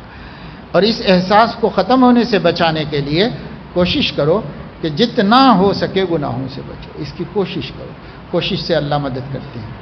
تہجد میں اٹھ نہیں پا رہا ہوں، رات میں کام ختم ہونے تک 12 بج ہی جاتے ہیں، بس ایسا آدمی وتر رات ہی میں پڑھ لے، اٹھ سکے تو تہجد پڑھ لے، نہ اٹھ سکے تو کوئی گناہ نہیں۔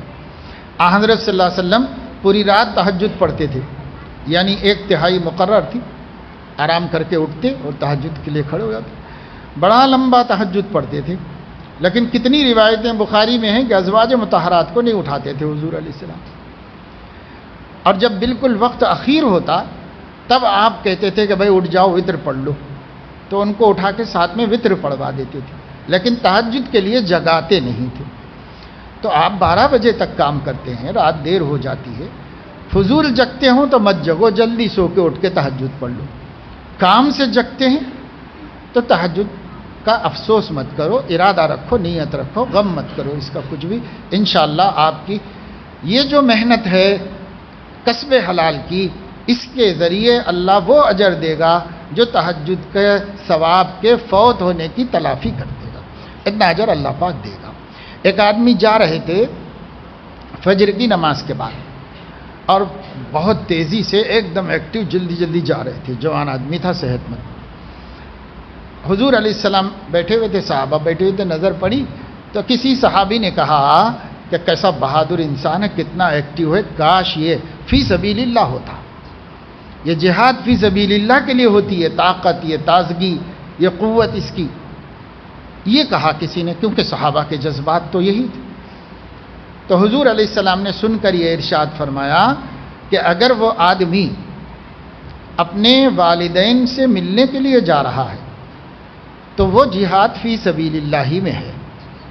اگر وہ آدمی کمزور بیوی بچوں کے لیے کمانے کو نکلا ہے تو وہ بھی جہاد فی سبیل اللہ میں ہے. اگر وہ آدمی کسی محتاج مریض کی عیادت کرنے مدد کرنے کے لیے گیا ہے تو وہ بھی مجاہد فی سبیل اللہ ہی ہے. یہ حضور علیہ السلام نے ارشاد فرمایا، جس کا مطلب یہ ہوا کہ کسب حلال، بال بچوں کی تکلیفوں سے بچانے کے لیے کسب حلال، اور اس میں آپ کو لیٹ ہو جاتے ہیں، آپ تاخیر ہو جاتی ہے تو آپ کو نبی مجاہد فی سبیل اللہ فرما رہے. تو اس واسطے ان چیزوں سے کو دنیا سمجھ کر بعض دین کی چیزوں کا غم کرنا یہ صحیح نہیں ہے. ہاں، فرائض و واجبات میں کوئی کوتاہی نہیں ہونی چاہیے، اس کے اندر آپ لگے رہیں. اچھے ماحول اور اچھے دوست بنانا کیوں ضروری ہے؟ اس لیے ضروری ہے کہ ہم بھی اچھے رہیں. میرے مخالفین مجھے غصے میں لانے والے اعمال میرے سامنے کرتے ہیں، مجھے غصہ آ جاتا ہے. اس سے بچنے کے لیے مجھے کیا کرنا چاہیے؟ جب آپ کو پتا ہے کہ وہ آپ کو غصے میں ہی لانا چاہ رہے ہیں تو آپ غصے میں ہی مت آئیے، تاکہ ان کا منشا بھی پورا نہ ہو اور آپ بھی پریشان نہ ہو. کائے کو غصے میں آتے ہیں؟ جب جان بوجھ کے کوئی آدمی شرارت کر رہا ہے تو اب اس آدمی کے ساتھ ہم کیا الجھائیں گے؟ چھوڑ دو، شرارت کر رہا ہے، اس کے مقدر ہے، ہم کیا کر سکتے ہیں، اس کو چھوڑ دو. حقیقی ایمان کیا ہے؟ حقیقی ایمان کا کیا مطلب ہوتا ہے؟ حقیقی ایمان نے کامل ایمان کیا ہے؟ کامل ایمان مومن بہی پر یقین کرنا ہے. اس کے درجات ہیں، اپنی اپنی محنت کے اعتبار سے اللہ اس کو کامل بناتا رہتا ہے، اس میں اضافہ ہوتا رہتا ہے. تقویٰ کسے کہتے ہیں؟ تقویٰ کہتے ہیں عام الفاظ میں گناہوں سے بچنا. گناہوں سے بچنا تقویٰ ہے.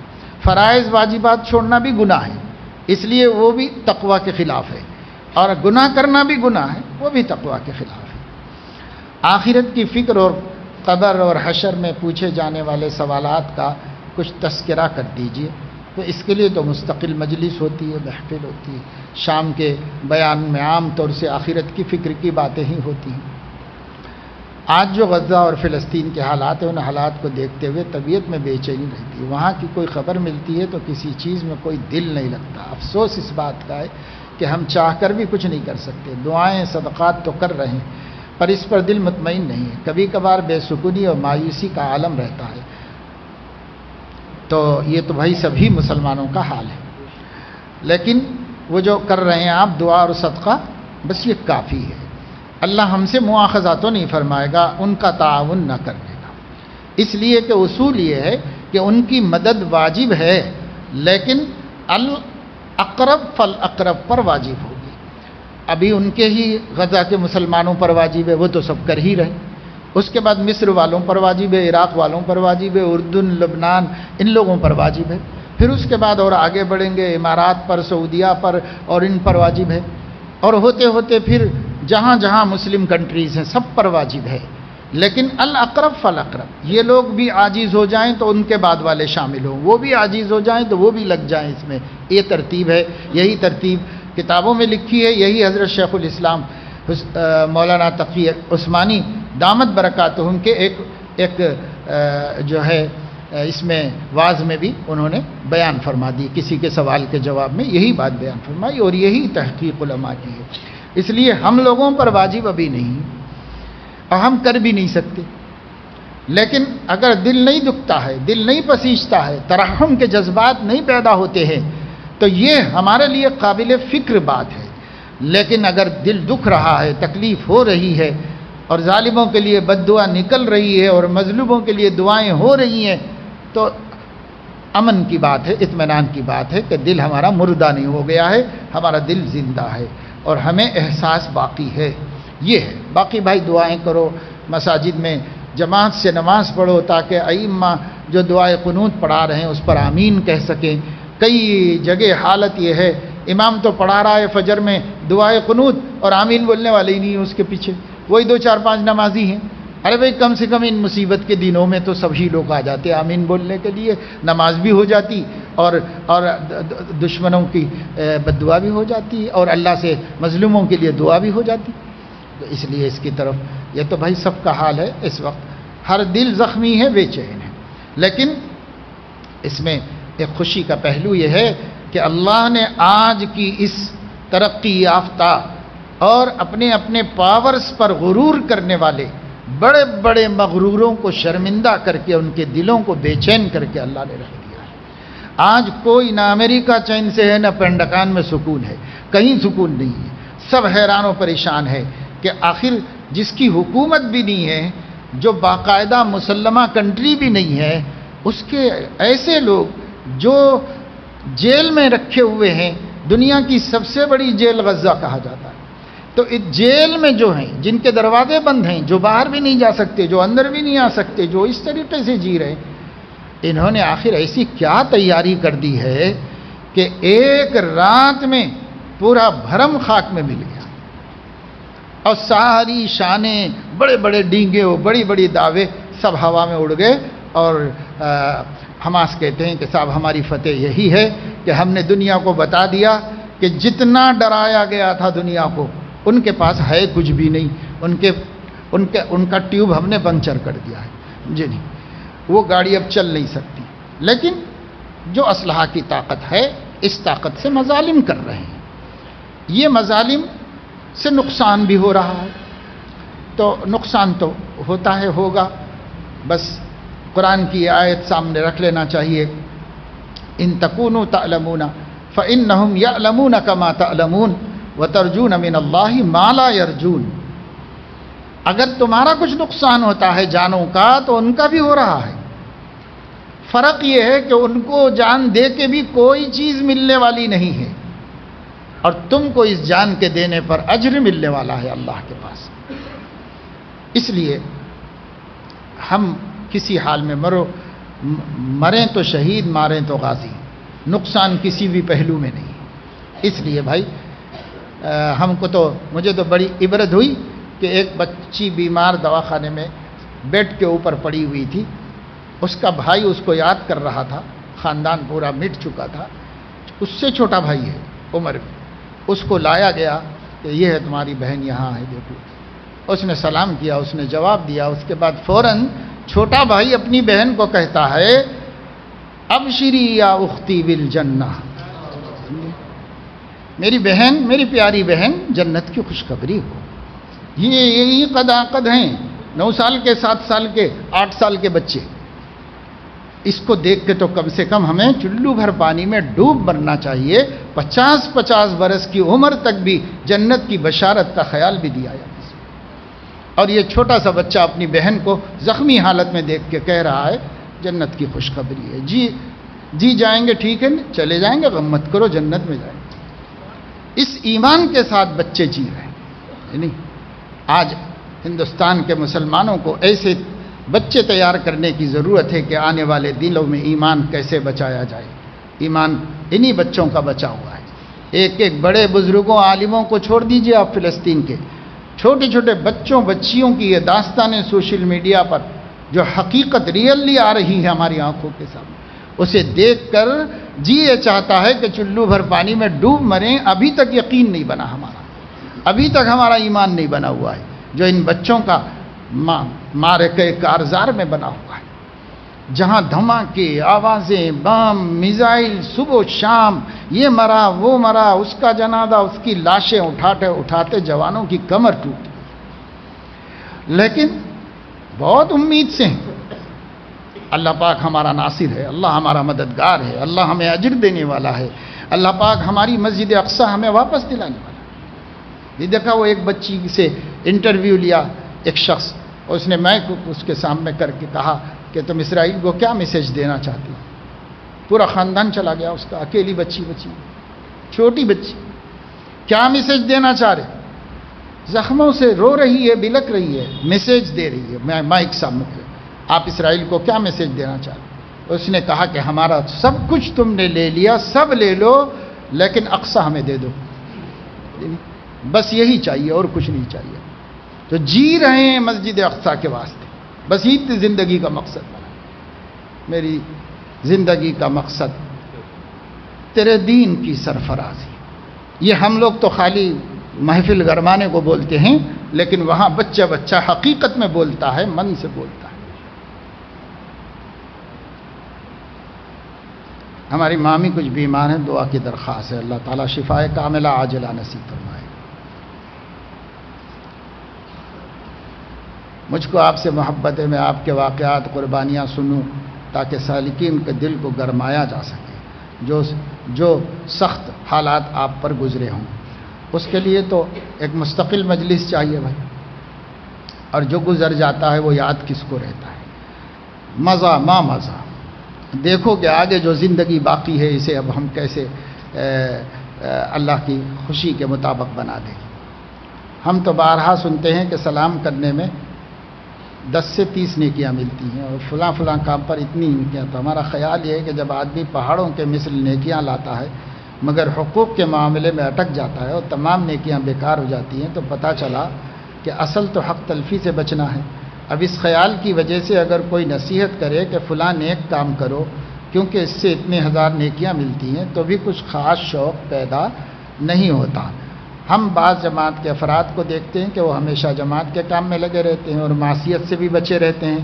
ان افراد کو اگر اصلاحی تعلق کی اہمیت کو بتلانا ہو تو کیسے بتلائیں؟ ان کو تو پتہ بھی نہیں کہ اصلاحی تعلق کیا ہوتا ہے۔ اگر آپ کے دوست ہیں، اگر آپ کچھ سمجھانا چاہیں تو سمجھائیں، جیسے وہ آپ کو دعوت دیتے ہیں آپ بھی اس کی دعوت دیں، اور کہیں کہ بھائی یہ بھی اچھا کام ضروری ہے جو آپ ہمیں دعوت دے رہے ہیں، اور اس کی بھی فکر کرنی چاہیے کہ ہمارے اخلاق کی اصلاح ہو، ہمارے معاملات و معاشرت درست ہوں، اور اس کے لیے جو طریقے ہیں ان طریقوں کو بھی اختیار کرنا چاہیے۔ بس اتنا بول دو، اس سے زیادہ۔ اصل میں سوال جب پیدا ہوتا ہے جب ہم منوانا چاہتے ہیں، تو منوانا آپ کے ذمے نہیں ہے بھائی، تو آپ اس کی چکر میں کیوں پڑتے ہیں؟ بتلانا ذمے ہے، بتلا کے فارغ ہو جانا چاہیے، دماغ کو اس میں اٹکا کے نہیں رکھنا چاہیے۔ اور جہاں تک یہ ثواب والی بات ہے تو گناہوں سے بچنا تو ضروری ہے، لیکن کیا اس نیکیاں کمانا کی اہمیت گھٹ جائے گی؟ نیکی کمانے کی اہمیت نہیں گھٹے گی۔ اگر اہمیت نہ ہوتی تو کیوں یہ ثواب بتایا جاتا؟ اس لیے وہ اعمال جس پر اجر کے وعدے ہیں کرنا ہے، گناہ میں نہیں کرنا ہے، وہ الگ چیز ہے۔ دونوں کو کیا ایک دوسرے سے ٹکرانا ہے؟ 1 ماہ قبل آپ سے بیعت ہوا تھا، آپ دیے ہوئے معمولات بہت ہی کم ہو رہے ہیں، تو اس کا جواب یہ ہے کہ پابندی سے کرنا شروع کر دو۔ اور میں منہ کے بل لیٹ کر اپنی قوت کو خراب کرنے کا عادی ہوں، فحش فلمیں بھی دیکھتا ہوں، ہدایت کی دعا تو کرتا ہوں، ضرور کریں گے سب لوگ آمین کہیں کہ اللہ پاک ہدایت نصیب فرمائے، لیکن بھائی اس کام سے اپنے کو بچا لو، دنیا اور آخرت برباد ہوگی۔ یہ سراسر ذلتیں ہیں، ذلتوں سے اپنے کو محفوظ رکھو، موبائل سے علیحدگی اختیار کر لو، اور جب تک یہ ہے اپنی ہمت پہ بھروسہ مت کرو۔ سلاسل اربعہ میں اجازت کا مل جانا کیا ہے؟ کیا سالک کو چاروں سلسلوں سے فائدہ ہوتا ہے یا صرف کسی ایک ہی راستے سے ترقی ہوتی ہے؟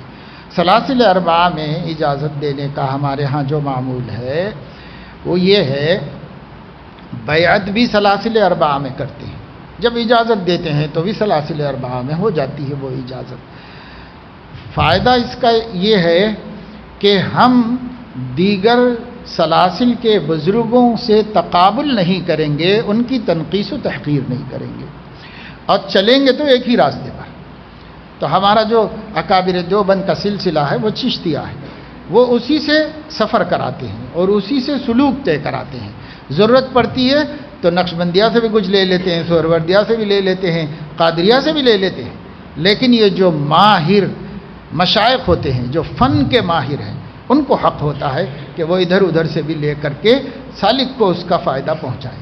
لیکن جو ماہر فن نہیں ہے، بس چپ ایسے ہی نام کے سالکین ہیں، تو ان کو ادھر ادھر جھانکنا نہیں چاہیے، اپنے شیخ کے راستے پہ چلتے ہوئے اپنی ترقی کا سامان کرنا چاہیے۔ میری شادی ہوئے 9 سال ہو گئے، بیوی میرے حقوق ادا نہیں کرتی، میں اس پر دین کی مستقل محنت کرتا ہوں، تعلیم کے ذریعے، جماعت کے ذریعے، لیکن میری نافرمانی سے باز نہیں آتی، میں اس سے بہت پریشان ہوں، کیا کروں؟ ہمت ہے تو سنبھال کے لے کے چلو، اللہ اجر دے گا، اور اگر ہمت نہیں ہے تو جو جائز اقدام اللہ نے گنجائشیں رکھی ان گنجائشوں کو اختیار کرو کہ اس سے نجات پاؤ، کوئی دوسرا راستہ اختیار کرو۔ سوال یہ تھا کہ اپنے شیخ کو کون سی باتیں اور کس درجے تک بتلانا چاہیے، کیونکہ سنا ہے کہ اپنے آپ کو پوری طرح سے شیخ کے حوالے کر دینا چاہیے، تو کن امور میں کرنا چاہیے؟ اب دینی دنیاوی یا دونوں گھر کے امور، تجارتی امور وغیرہ، یہ سب چیزوں سے شیخ کا مطلب نہیں ہے۔ شیخ کا جو آپ سے تعلق ہے آپ کے دین پر ثبات کے واسطے، وعدہ بھی آپ یہی کرتے ہیں بیعت میں کہ میں دین پر مضبوطی سے جموں گا، تو دین پر جمو، جمنے میں جو دشواری پیش آ رہی ہے وہ مشورہ کر لو۔ باقی یہ ہے کہ آدمی کبھی گھر کے خانگی امور میں بھی کسی خیر خواہ سے مشورہ کرنا چاہتا ہے تو اس کے لیے شیخ سے بڑھ کر کون خیر خواہ ہے کہ اس سے مشورہ کر لے، وہ کرے نہ کرے وہ اس کے لوازم میں سے نہیں ہے۔ لوازم میں سے بس یہ ہے کہ اپنے دین کی ترقی کا جو وعدہ کیا ہے اس وعدے کو پورا کرے، جہاں جہاں مشکل پیش آ رہی رائے مشورہ لے اور اس کا حل نکالے اور آگے بڑھے۔ اصل یہ ہے شیخ کا مقصد۔ کبھی ایسا ہوتا ہے کہ والدین اور بیوی سے بھی مشورہ کیا، پھر بعد میں شیخ سے بھی کیا، اور دونوں کی رائے الگ ہوئی تو کس کی ماننا چاہیے، یہ ایک سوال ہے۔ تو وہ چیز اگر گھر والوں کے مشورے سے گھر کے نفع کی ہے اسی پہ عمل کر لینا چاہیے، وہ کائے کو شیخ کرنا چاہیے۔ حضرت صلی اللہ علیہ وسلم نے فرمایا کہ بھائی یہ ایسا کیوں کرتے ہو تم لوگ کھجور کا جھاڑ، ایسا مت لگاؤ ایسا لگاؤ، تو لگا دیا تو وہ لگے ہی نہیں، سب نقصان ہو گیا۔ بتایا گیا تو حضور علیہ السلام نے فرمایا جیسا تمہارا طریقہ تھا اسی طریقے سے باغبانی کر لیا کرو، انتم اعلم بامور دنیاکم، تمہاری کھیتی باڑی تم ہی لوگ زیادہ جانتے ہو، میں کوئی کھیتی باڑی سکھانے تھوڑا ہی آیا، مجھے ایک بات اچھی سمجھ میں آئی بتا دیا۔ اب وہ تجربے کے خلاف ہے، طریقے کے خلاف ہے، تو آپ وہ کرو جو جیسا کیا جاتا ہے۔ میرا کام تو آپ کے ایمان کی کھیتی کو لہلانا ہے، یہ میرا کام ہے۔ تو جب نبی نے یہ بات فرما دی تو مشائخ کے بارے میں بھی یہی ہوگا کہ بھائی تجارت کے بارے میں، کاروبار کے بارے میں، بلکہ ہمارے سے کوئی مشورہ بھی کرتا ہے تو ہم کہتے ہیں کہ بھائی یہ بات کچھ تاجروں سے مشورہ کر لو، اپنے علاقے کے اچھے خیرخواہ لوگوں سے پوچھ لو، اس واسطے کہ وہ لائن ہم جانتے نہیں تو بتائیں گے کیوں؟ تو جو لائن نہیں جانتے ہم بتائیں گے بھی نہیں، ریفر کریں گے کہ بھائی فلاں سے پوچھ لو، فلاں سے معلوم کر لو، بس ختم۔ اور یہ جو اپنی خانگی زندگی ہے اس کی حکمت عملی ماں ہے، والد ہیں، بیوی ہے، تو آپس ہی میں طے ہونا چاہیے، آپس ہی میں طے کر کے حکمت عملی بنا لینا چاہیے۔ اس میں شیخ کوئی صحیح مشورہ بھی نہیں دے سکتا آپ کو۔ میں ایک مسجد کا امام ہوں، میری نماز ظہر کی چھٹی ہے تو نماز ظہر کی پابندی نہیں ہو رہی تھی، تو کیا امامت کے لیے نماز پڑھتے ہیں یا نماز فرض ہونے کی وجہ سے پڑھتے ہیں؟ اگر امامت کے لیے پڑھتے ہیں تو وہ 4 بھی کون سی قبول ہو رہی؟ اس واسطے بھائی نماز پڑھنا ہے، چاہے امامت رہے چاہے امامت نہ رہے۔ البتہ ہم حفاظ علماء کو کہتے ہیں امام بن جاؤ، مددگار تو ہے پابندی کرنے میں امامت، اس لیے پابندی ہو جاتی ہے۔ لیکن اگر خدا نخواستہ کوئی امام نہیں ہے یا امامت نہیں ہے اس کسی نماز، تو چھوڑنے کا کیا سوال ہے؟ چھوڑ تو نہیں سکتے کسی بھی حال میں۔ اب الحمدللہ ظہر کی پابندی بھی ہو رہی ہے لیکن سنتوں کی پابندی نہیں ہو رہی، تو جیسے ہمت کر کے فرض پر آپ قابو پا گئے، الحمدللہ سنت مؤکدہ پہ پا جاؤ۔ میں ایک مدرسے کا ذمہ دار ہوں، مدرسے کی ترقی کے ناظم کو کس طرح رہنا چاہیے، عند اللہ مقبول ہونے کے لیے کیا کرنا چاہیے۔ ہمارے مولانا مفتی ابو بکر جابر قاسمی صاحب کی ایک کتاب ہے منظم مدارس، اس میں ہر ایک کے بارے میں قرآن حدیث کی روشنی میں تفصیلات جمع کر دی گئی، ناظم کیسا ہو، ماتحت کیسا ہو، منتظم کیسا ہو، استاد کیسا ہو، طلبہ کیسے ہو، سب آ گئے ہیں۔ وہ کتاب خرید لو اور اسے پڑھ لو۔ سبحانک اللہم و بحمدک اشہد ان لا الہ الا انت استغفرک و اتوب الیک۔